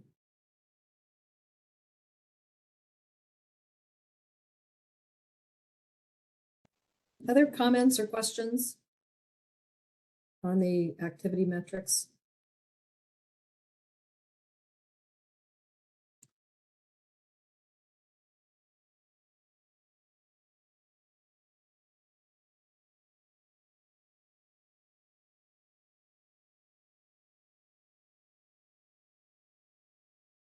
Okay. Hearing none.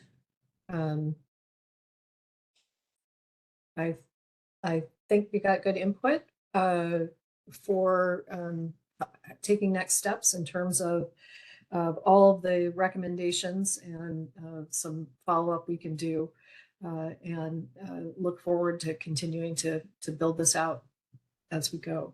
And with that, I think I can turn it back to Zach. I think that was the last slide. Yes. I'll stop sharing and then Zach, you can pick things up. Yeah. Thanks, Chair McDonald. Just gonna get my slides up here.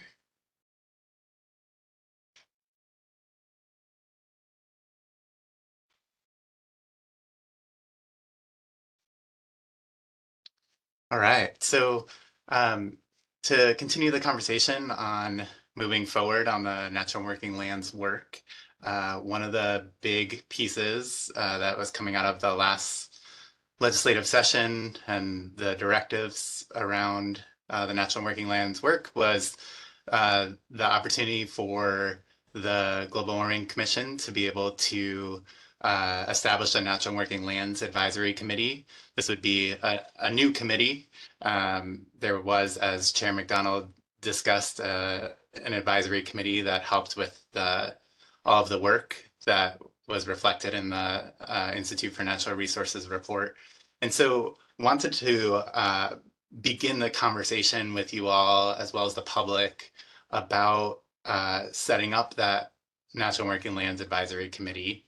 And so thought I would first just start with what was in the bill and go from there. So first, as I said, the bill authorized the commission to appoint a Natural Working Lands Advisory Committee and directed that the committee should consist of at least 15 members.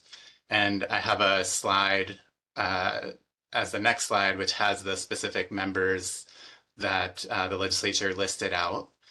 And then there was a directive that the commission shall seek recommendations for committee members from industry and advocacy associations where appropriate, and that the commission may also appoint additional members as needed to provide additional expertise or represent other interests. So to just refresh your memory on the expertise that the legislature included for the advisory committee, again, 15 members. So 1 member with expertise in tribal culture, customs, and government. 1 local government representative from a county whose primary economic activity is derived from the agriculture, forestry, fishing, and hunting industries. 1 member with expertise in urban forestry or parks management. 3 members with experience in forestry or forest products, including 1 member who's a private forest landowner with less than 5,000 acres of forest land. 2 members with expertise in agriculture, including 1 member who owns a small family farming operation. 1 member with expertise in livestock. 1 member with expertise in blue carbon. 1 member with expertise in environmental justice. 2 members with expertise in conservation or environmental management. And then finally, 2 members with expertise in landowner technical assistance.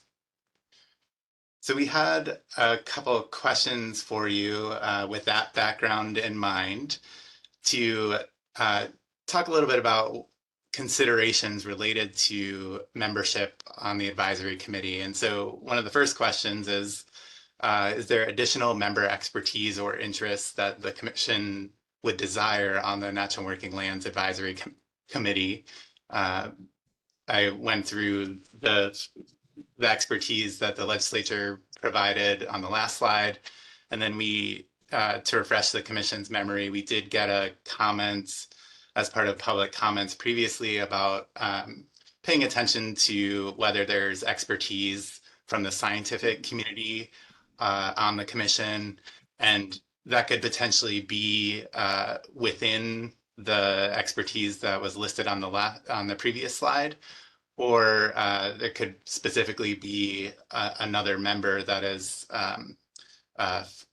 from the scientific community that the commission could add if it desired to.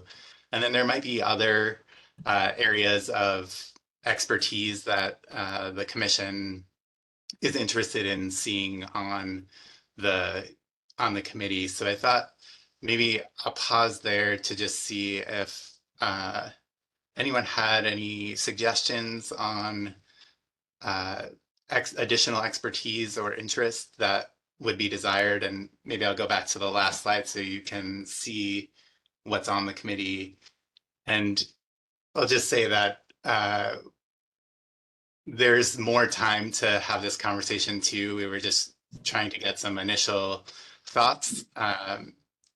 So let me pause there and see if anyone has any anything to offer here.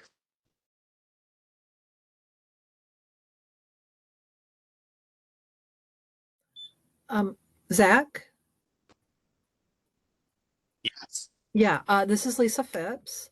I would think it might be helpful within the bullet of 2 members with expertise in conservation or environmental management to make sure that one of those folks or more, however this plays out in the plus 15 category, but at least someone is specifically involved in estuarine conservation and restoration, specifically.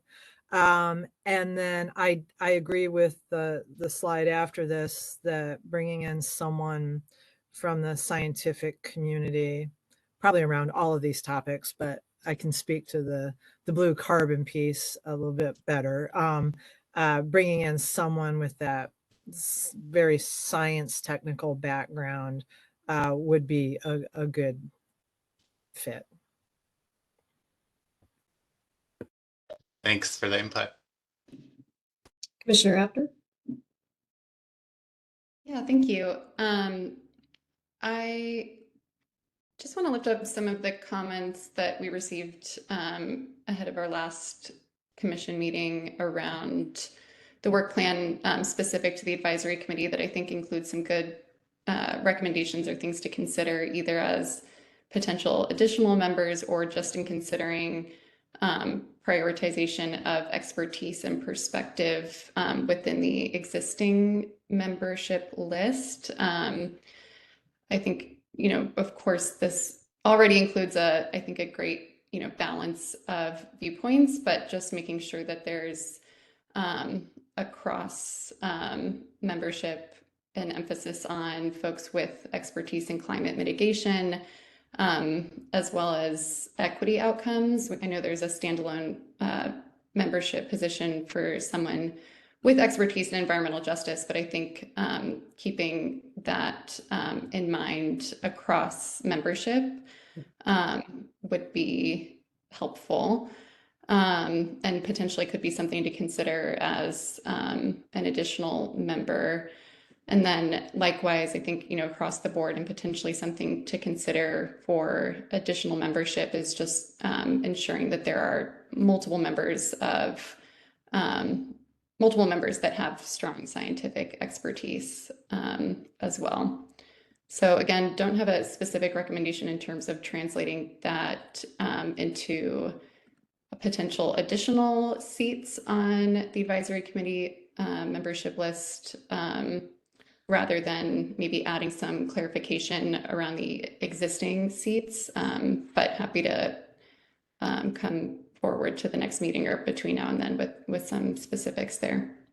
Great. Thank you, Commissioner Apter. And as you know, when we recruited the advisory committee in 2022, the people that applied brought a wealth of background, and typically you could check a couple of boxes with each of the folks that were on that advisory committee. So, and we tried to kind of think of the overall expertise of the group of people that we selected, and tried to make sure we were looking across that and trying to get folks that had multiple backgrounds where we could. So important for us to kind of think about how to do that. We did manage a separate technical advisory committee, which at least last time meant we didn't necessarily need as many people on the advisory committee with a science background, but and presumably we'll want to pull in technical experts to help us in this work going forward as well. But I like the idea of adding kind of a science background to the list. Commissioner Shippentauer, you had your hand up, and then I'll go to Commissioner Potowski. Oh, I just wanted to thank you. I just wanted to make sure that there's potentially under the conservation environment management or the agriculture. There's someone there with range management Really good. expertise as well. I don't see that called out since I think that would be important to include. Absolutely. Yep, a really good point. And, maybe folks thought that was captured in the expertise in livestock, but those could be very different things. So I think thinking about rangelands would be important too. Commissioner Potowski. Yes, this is possibly Commissioner Phillips already covered this, and it may be included in this script, but I was wondering about some environmental expertise dealing with marshlands. That I think is an important component in the land use. And are you thinking of estuarine lands? Well, there are marshlands in urban areas, marshlands, in rural areas. All of these add to the ecosystem. Yeah, good point. Commissioner Reitman. Well, I'd just like to say that Oregon is such a diverse state that if we try to cover everything, we might have 50 or 100 people on the committee. But I'd like to just to follow up on Chair McDonald's comments. There was no lack of interest in people to serve on the committee, and it was really hard to pare it down to I think we still ended up with 25 instead of 15 and 26. Yeah, 26. So I guess keeping all these things in mind, we would hope the members of the committee would represent more than one area of expertise as well. So absolutely, we just have to trust that they will. Thank you, Commissioner Reitman. Senator Demrow.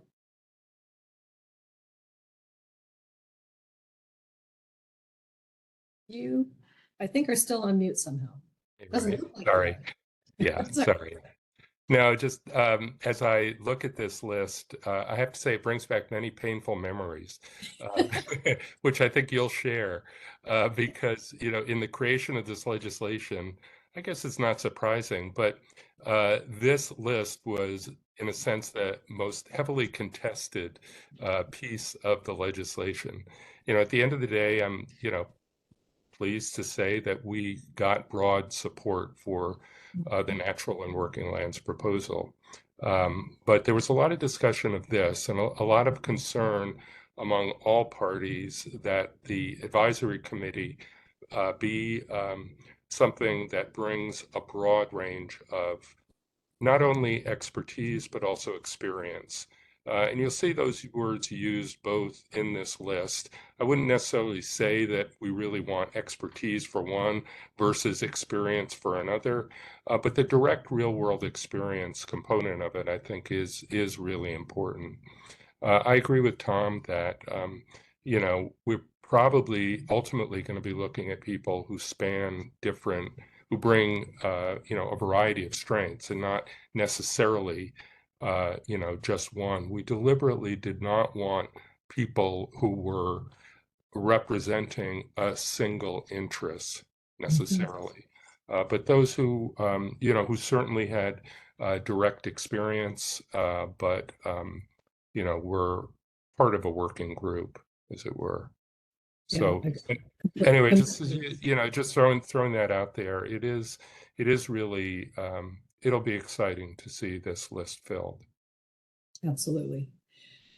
Zach, the other area that I don't think is called out specifically is folks with experience and expertise or expertise in land use.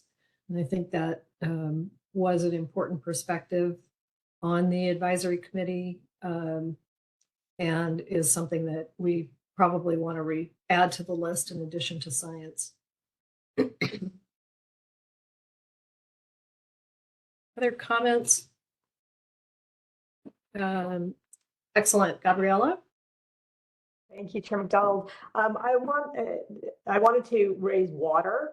From a public health perspective, we're concerned about growing water insecurity in rural areas in particular. And that is going to be a constraining factor. And it may again be something that somebody on this list already brings that expertise, but it seems really significant to call out as a domain that is going to be key to advancing the strategy. Yeah, good point. Thank you. And we did have a call for or a question for you when you were off in your interview. So we'll follow up on that after we've kind of gone through this, or we can follow up offline. But it was specific to community impact metrics around public health. So that's a topic I'd love to talk to you more about. Great. And we have some comments on that. I was looking to see, I missed the window, so we could follow up afterwards or circle back to it here. Thank you. Yeah, sounds great. And we may have a little bit of time today, but I think we're pretty on schedule. Zach, do you want to go to the next slide and talk Yes. through the other questions? Yeah, thank you. That conversation was great. Thanks for everyone jumping in and kind of teed me up for the next few questions that we had. So I'm going to focus on the next two questions. So I think some of the interest in that Senator Demeraux was talking about, that there was a lot of conversation around who should be on the advisory committee. There was also some direction in the legislation to seek recommendations for committee members from industry and advocacy associations where appropriate. And so interested in gathering feedback from folks on from whom specifically. Do we do that for some or all of the members? Do we do that as part of the application process?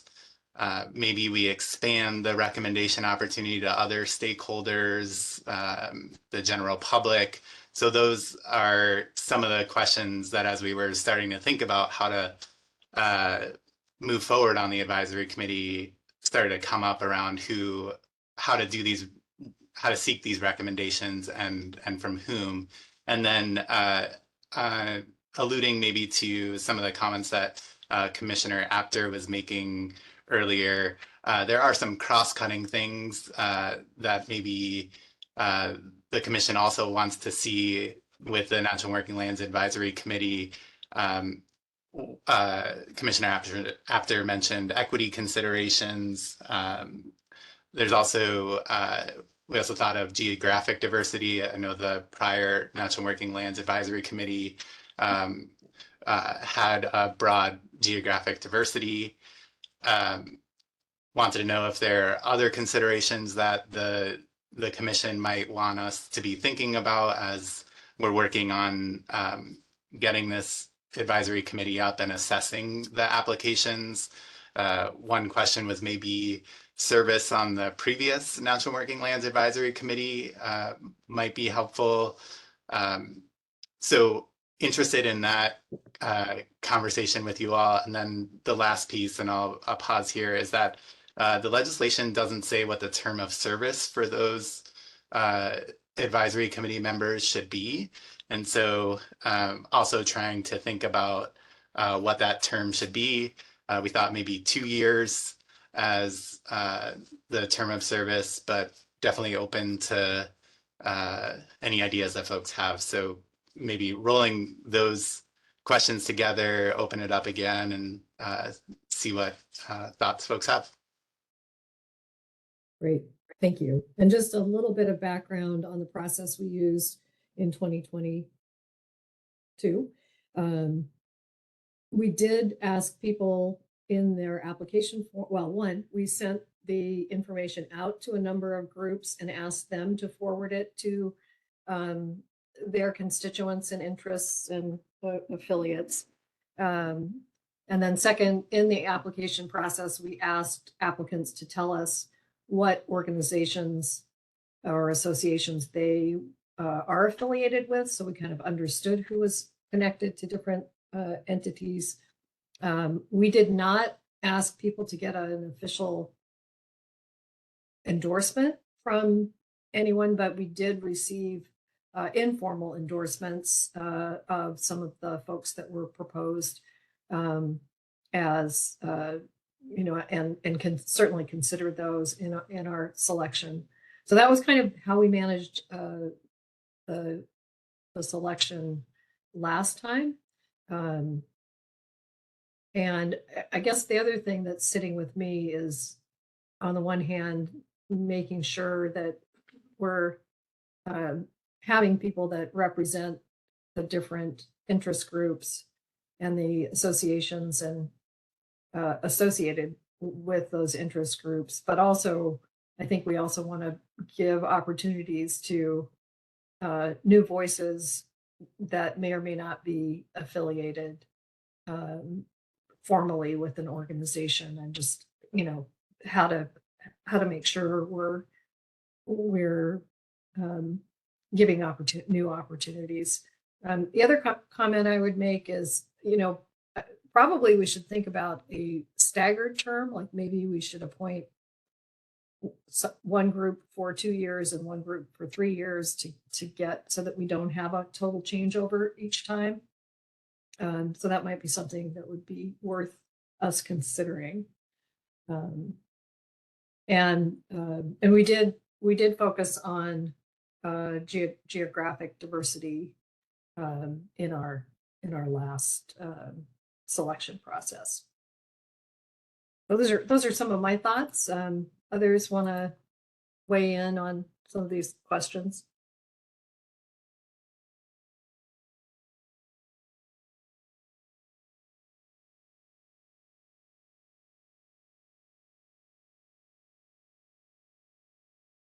Lisa. Phipps. I've been on a lot of boards, and I absolutely appreciate your idea of staggering terms so that you don't lose. Nothing's worse than that. But thinking about this group and the size of it, it might be helpful to do like a 1, 2, 3, and then and because that does a couple things. For the 1-yearers, there might be that person that just is really going to be impactful to get things off the ground, and that's really something that is of interest to them, and maybe don't really want to spend the next long term. So going from 2 or 3 might eliminate that person that could be really valuable to the kickoff of this. And then you have like 5, 5, 5 or 6, 6, 6 or whatever the number ends up being, and so you protect losing even more by that staggering, and then maybe move into a 3-year terms if that feels good, or 2, but 3 feels good with that number of people. That's great. Thank you, Lisa. Appreciate that comment. Other thoughts on some of these questions that Zach has posed for us?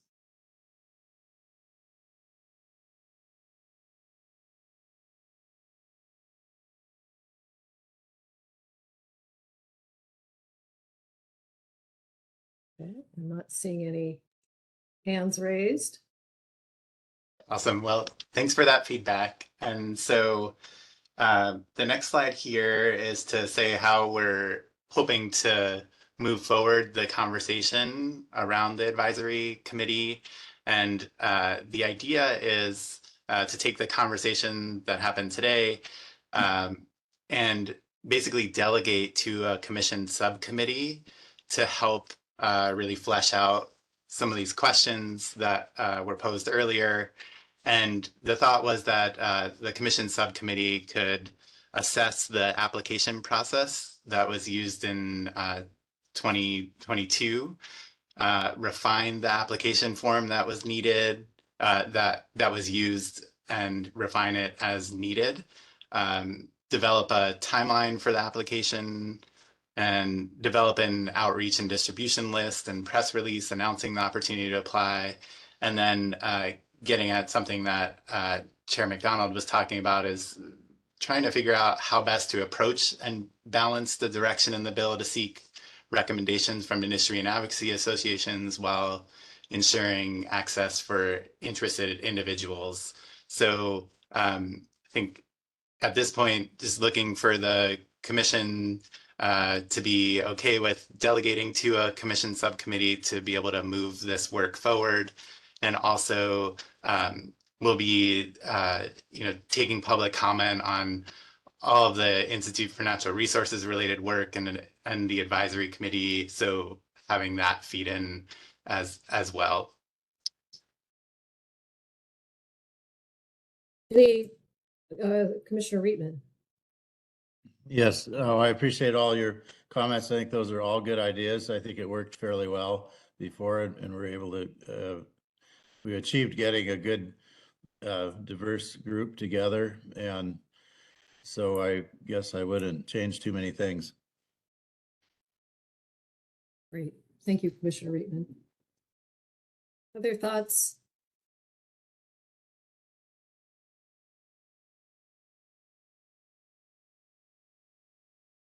Excellent. When we managed this in 2022, I think it took us 2 months to recruit and panel the group, 2.5 months for our first meeting. So I would expect we could kind of work along that timeline, especially given that we have we have a start on the form and the process that we can take advantage of going forward. So, do you have what you need, Zach, for us to move on and take public comment? I do. Thank you so much for everyone jumping in. That was really helpful. Great. Thank you. Okay, with that, maybe if you could maybe stop sharing your screen so that we can see each other a little bit better. That might be helpful. And if you could let us know or Abby could let us know. Yeah, I can let you know. So we've got 2 folks who have been queued up, and for anyone else who wants to provide public comment, feel free to make a note in the chat or look down at the bottom of your screen for the smiley face, and next to that is a raise hand button, and you can raise your hand and let us know. So we've got 2 folks. The first is Mike B. And so Abby, if you can unmute Mike, that'd be awesome. Welcome, Mike. Chair McDonald and the Oregon Global Warming Commission members. My name is Dr. Mike Badmurowski. I was the lead agriculture land use technical lead and a lead author for the technical portion related to practices and metrics of this final report. I did this work while I was the soil health specialist at the Oregon Department of Agriculture. I received my doctoral degree in soil carbon and nitrogen research, along with associated greenhouse gas emissions in agriculture. I have also trained in assessing data quality related to these topics during my postdoctoral research. I now serve as the U.S. Agricultural Policy Manager at the World Resources Institute, where I am to use my expertise to guide U.S. funding towards agricultural practices that meaningfully reduce greenhouse gas emissions in agriculture. Most agricultural emissions are from enteric emissions, primarily from cattle, manure, and nitrogen fertilizers. Without addressing these big 3, greenhouse gas emissions will not meaningfully be reduced in agriculture. I would like to just put in a little note that the process figure that was presented today that showed the INR process facilitation did not include 2 names, Dr. Rose Graves and myself, both of which were key figures in this technical portion of this final report. I have 5 main highlights that I would like to just point out regarding the process of this project and the activities and metrics portion of this report. I will follow up this public comment with a written detailed account of this process and the final report. Number 1, I strongly do not support this current version of the final report based on scientific and ethical reasons, and would suggest that this be used as a first step towards a living set of eligible practices and related metrics that gets continuously updated with increased data availability. Number 2, the Institute of Natural Resources did not have the expertise needed to carry out this project and report. This led to a difference in expectations and outcomes from the technical team and stakeholder advisory committee. This was most apparent in the lack of understanding of what net carbon sequestration means, and the goals of the practices and metrics proposed was focused on net carbon sequestration and/or the greenhouse gas emission reduction. Number 3, the overall process facilitated was extremely flawed. The technical team across the land uses did not have robust subject matter expertise in net carbon sequestration in each respective land use. There is a misrepresentation of expertise and lack of transparency on the affiliations and interests of the comments from the, quotes, external reviewers. Based on a conversation I had with the principal investigator, the INR facilitators appeared to have lost objectivity due to the agriculture land use technical team practice recommendation of promote, incentivize, and adopt diet shifts of Oregonians towards lower greenhouse gas commodities and create demand for Oregon farmers to grow commodities with a reduced greenhouse gas footprint. I was mandated at the last minute to change the wording of this practice, otherwise it would be removed entirely. This clearly became a political discussion rather than a scientific discussion, despite the agreement that the technical document would remain scientific-based and provide practices across all land uses that the technical team was confident would lead to net carbon sequestration. Without this practice, agriculture and society will most likely not meet its goals in keeping warming below 2 degrees Celsius. Number 4, there is no clear determination of how the final practices were recommended by the Institute of Natural Resources. The list of practices appear in 3 different places, Executive Table 1, Table 2, and Figure 5, and have significant differences with widely different implications. It is unclear what is being recommended. I would advise the use of the technical document as a start and provide clear definitions and goals to stakeholders for future iterations. Number 5, the final report does not use the final version created by the agricultural land use team after repeated attempts to have the Institute of Natural Resources fix this issue. For example, it does not include the practice of reducing food loss and waste. This also includes the lack of inclusion of an 11-page response to the Stakeholder Advisory Committee that provided extensive rationale on why certain practices were not included in the agricultural technical recommendations. I am confident that my opinion is not alone on these highlights. Please thoroughly read my public comment when submitted later this month, and I would welcome any questions in the future. Thank you for your time. Thank you, Mike. Appreciate your comments, and we'll look forward to following up with you after we are able to review your more detailed comments in writing. Thank you. Thanks. So the next person on the list is Kent D. And Abby, if you can unmute Kent, that'd be great.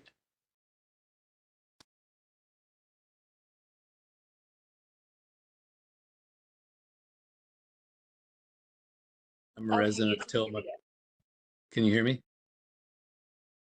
Yes. My name is Kent Doty. I'm a resident of Tillamook County. I'm speaking today on behalf of the Audubon Society of Lincoln City, ASLC. Our mission is to encourage residents and visitors to protect and enjoy native birds, other wildlife, and habitats found along the Central Oregon coast. Conservation and restoration of blue carbon habitats can address both the climate and biodiversity crises, as well as support local economies, culture, lifeways, and yes, protect the birds and habitats that our organization so deeply cares about. I'm here to encourage the Commission to be bold in its recommendations by adopting all the blue carbon practices described in the NWL report. Our organization greatly appreciates and values the Commission's work on behalf of Oregon's natural working lands. Over the last 3 years, the Commission has acknowledged and elevated the important role of natural and working lands play in addressing the climate crisis. The inclusion of conservation and restoration of tidal wetlands, as well as seagrass conservation as practices to store carbon, will help meet climate mitigation goals, support protection of these extraordinary natural habitats, and help buffer against climate impacts like increased storm surge and sea level rise. Lincoln City Audubon and an array of other groups have been working with local governments to update the Yaquina Bay Estuary Management Plan. While most of the tidal wetlands in Yaquina Bay have been lost, there are still many high-quality wetlands, tidal wetlands, that support a rich diversity and store carbon. Including tidal wetlands in the blue carbon inventory it underscores the importance of incorporating climate change resiliency into the updated estuary management plan. Adopting the recommended blue carbon practices helps local on-the-ground efforts to build climate change resiliency and take advantage of the current federal funding availability. The final NWL report describes specific practices and methods to quantify the benefits of the recommended practices. We encourage the Commission to create a regular schedule to incorporate these emerging practices or even new practices as wetland carbon science continues to improve and habitat extent changes. Blue carbon emerging practices for kelp restoration, as an example, fit well with many of the activities that Lincoln City Audubon is pursuing in terms of protecting rocky habitats. There's a lot of momentum around the ocean and coastal conservation and blue carbon practices. We thank the Commission for its leadership in helping our communities build coastal resiliency as we face unprecedented changing coastal conditions. Thank you. Thank you, Kent. Really appreciate your comments. All right, and the last person I have on the list at the moment is Laura T. So Abby, if you could unmute Laura, that'd be great. Welcome, Laura.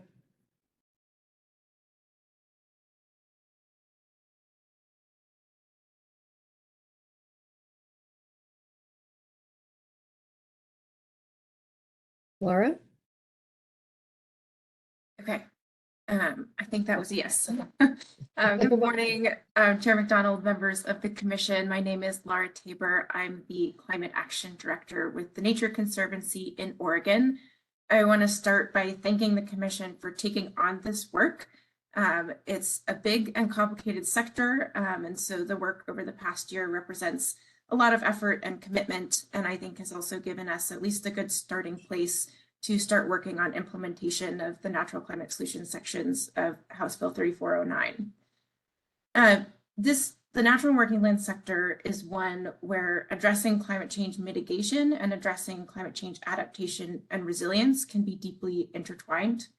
Both of these things are important, but we also need to have clarity on which programs are focused on one, the other, or both.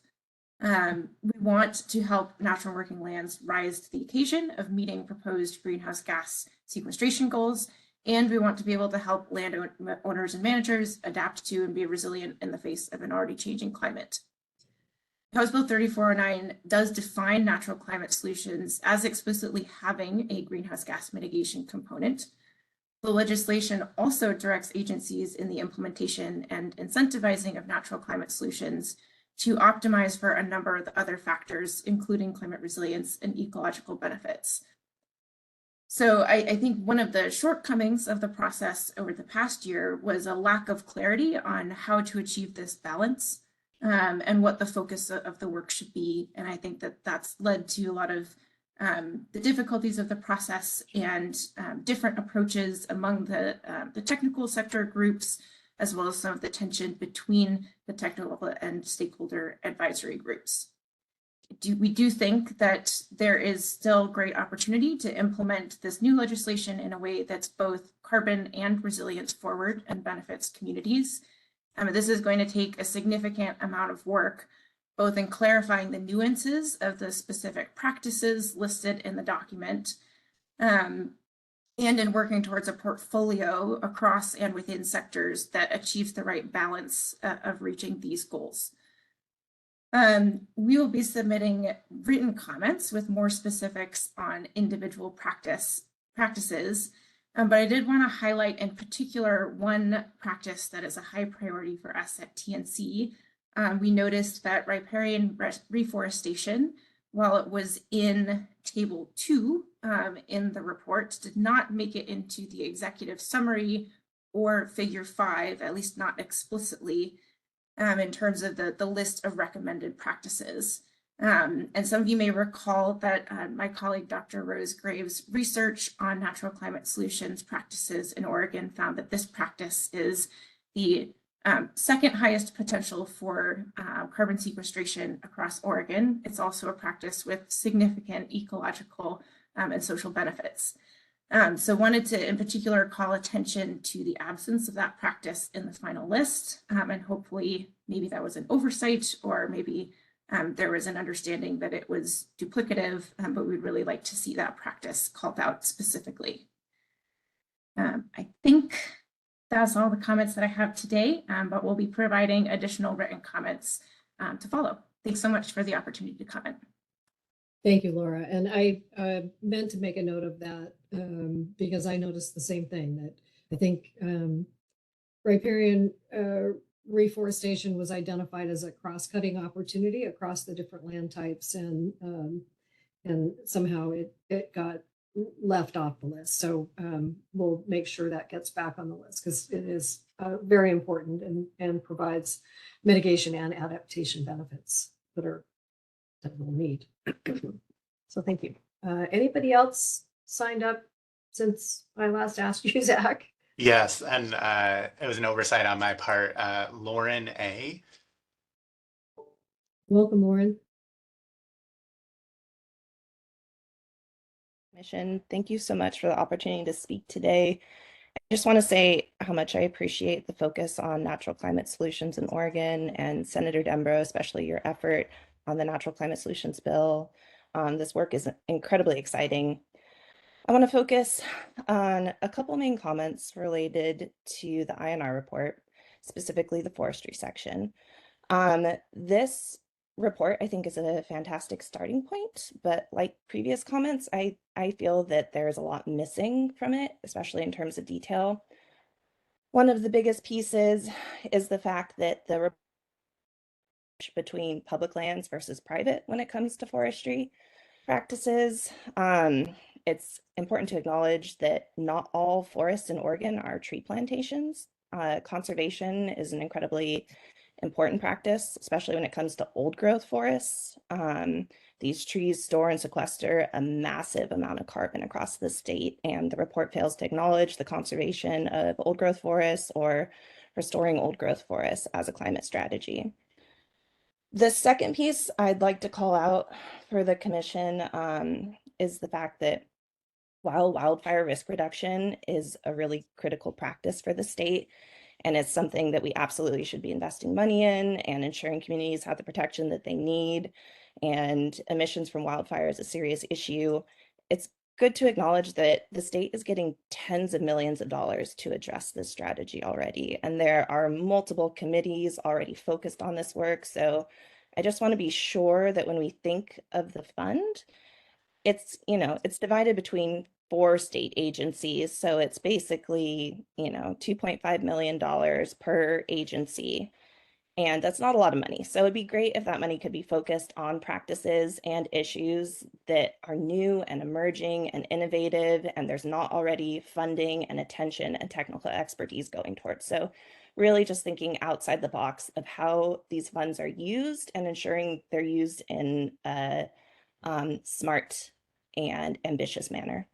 And basically every single forestry practice that's called out in the INR report is extremely high level. And I understand that's because there's a lot of disagreement around forestry practices and their complicated issues. But I want to very much call out for the commission the risk of maladaptation. If these recommendations are too high level, you run the risk of undermining the climate and ecological biodiversity, clean water values that we're trying to preserve. So please think through those maladaptation considerations as you move forward with these practices. Thank you so much. Thank you, Lauren. Appreciate your comments. Great. And Chair McDonald, we do have one more person for public comment, Paul E. Excellent. Welcome, Paul. Okay. Good afternoon, Commission. This is really an excellent opportunity. My name is Paul Engelmeyer. I manage the 10 Mile Creek Sanctuary for Portland Audubon.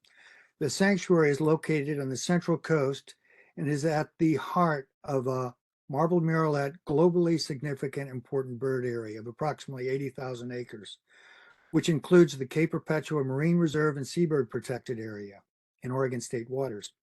My organization represents 12,000 members across the state interested in protecting and restoring vital habitats and wildlife. I've been engaged in protection and restoration strategy on the Central Coast for over 25 years. I've been pleased that the Climate Resilience Package bill was passed last legislative session. I was also the conservation representative on the Ocean Policy Advisory Council for 2 terms as we move forward with marine reserves and marine protected areas. I'm testifying today in support of the work that the Commission has done over these past several years to elevate the important role of Oregon's natural and working lands play in the climate crisis. In particular, I would like to highlight the importance of continue to prioritize blue carbon habitats as natural working lands, particularly within the framework of Oregon's many estuaries. As you are aware, Oregon's over 20 estuaries support important blue carbon habitats, mudflats, eelgrass, tidal forested wetlands that are incredibly important for carbon sequestration, rivaling old growth forest, and also supporting thousands of migratory birds, waterfowl, shorebirds, and wading birds, and vital stopover in Pacific Flyway. 17 of these estuaries in Oregon are recognized as IBAs. Oregon's estuaries, blue carbon habitats, are also important for commercial important fisheries as vital nursery grounds for juvenile fish and shellfish. As you also are aware, Oregon is updating the estuary management plans. I've been a part of a team working on the Yaquina Estuary Management Plan, and it's critical that we highlight the importance of protecting blue carbon in this process. And I'm also encouraged to see findings about the INR report recommending tidal wetland conservation. Tidal wetland restoration, seagrass conservation are key components to protect and restore blue carbon. We encourage the Commission to create a regular schedule to incorporate the emerging practices identified in the INR report. And also, I encourage the Commission to support facilitating the significant amounts of federal funding for practicing that conservation and restoring blue carbon habitats, spanning federal agencies like USDA, NOAA, and EPA. Many of these programs support land acquisition, and these agencies are looking for good projects. I'm proud to acknowledge that our local Mid-Coast Watershed Council on the Central Coast has secured a focused investment partnership funding to work in both the Yaquina and Alsea estuaries. I see natural climate solution as one effort that has multiple benefits. What you may not be aware of is Oregon's estuaries and over 112,000 stream miles in Oregon are on the Federal Clean Water Act's 303D list.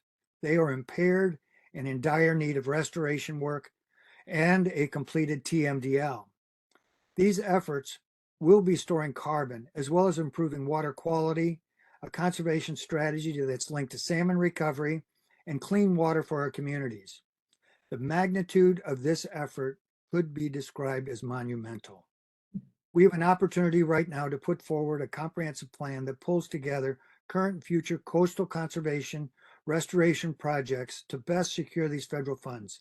We need to act now to secure these federal funds that won't last forever. We ask the Commission to help fill the science and data gaps and concerns about carbon accounting, the flux, freshwater wetlands. There's still a lot to learn. We need to challenge all of the science behind this and make sure we're on the right path. Oregon's coast has extensive freshwater wetlands, a landscape that was not considered for this project, yet still store carbon at rates exceeding other natural habitats. Thank you for your time and consideration.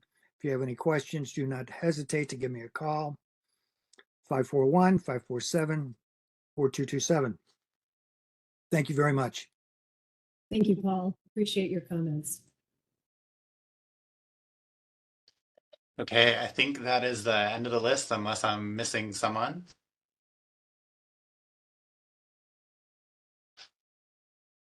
All right. Thanks to all that testified. I really appreciate the input, and we will definitely take those comments into account and encourage folks to follow up with written comments to inform our process going forward. So our next meeting is scheduled for December 11th, and we are going to be hearing back from the governor's office on the draft recommendations for how to invest the funds, as you heard earlier from Debbie Colbert. We are going to hear from DEQ and Oregon Department of Energy on the work that they're doing on the climate pollution reduction grant. They're currently working on a preliminary climate action plan, so we'll be hearing about that. I think the expectation is for the commission to approve that at a later meeting, but this will be kind of our first discussion of it. And then we will be hearing also from DEQ about the work they do to also track our consumption-based emissions inventory, which is something that they've done periodically and something that was included in the direction in House Bill 3409. So that's our next agenda. And the written comments for the INR final report are welcomed through December 1st. And we will make sure those get posted in time for commissioners to review those before our December 11th meeting. Anything else you want to, I guess the other thing I'd just go back to is earlier in the meeting, Zach described the open commission positions and the new positions.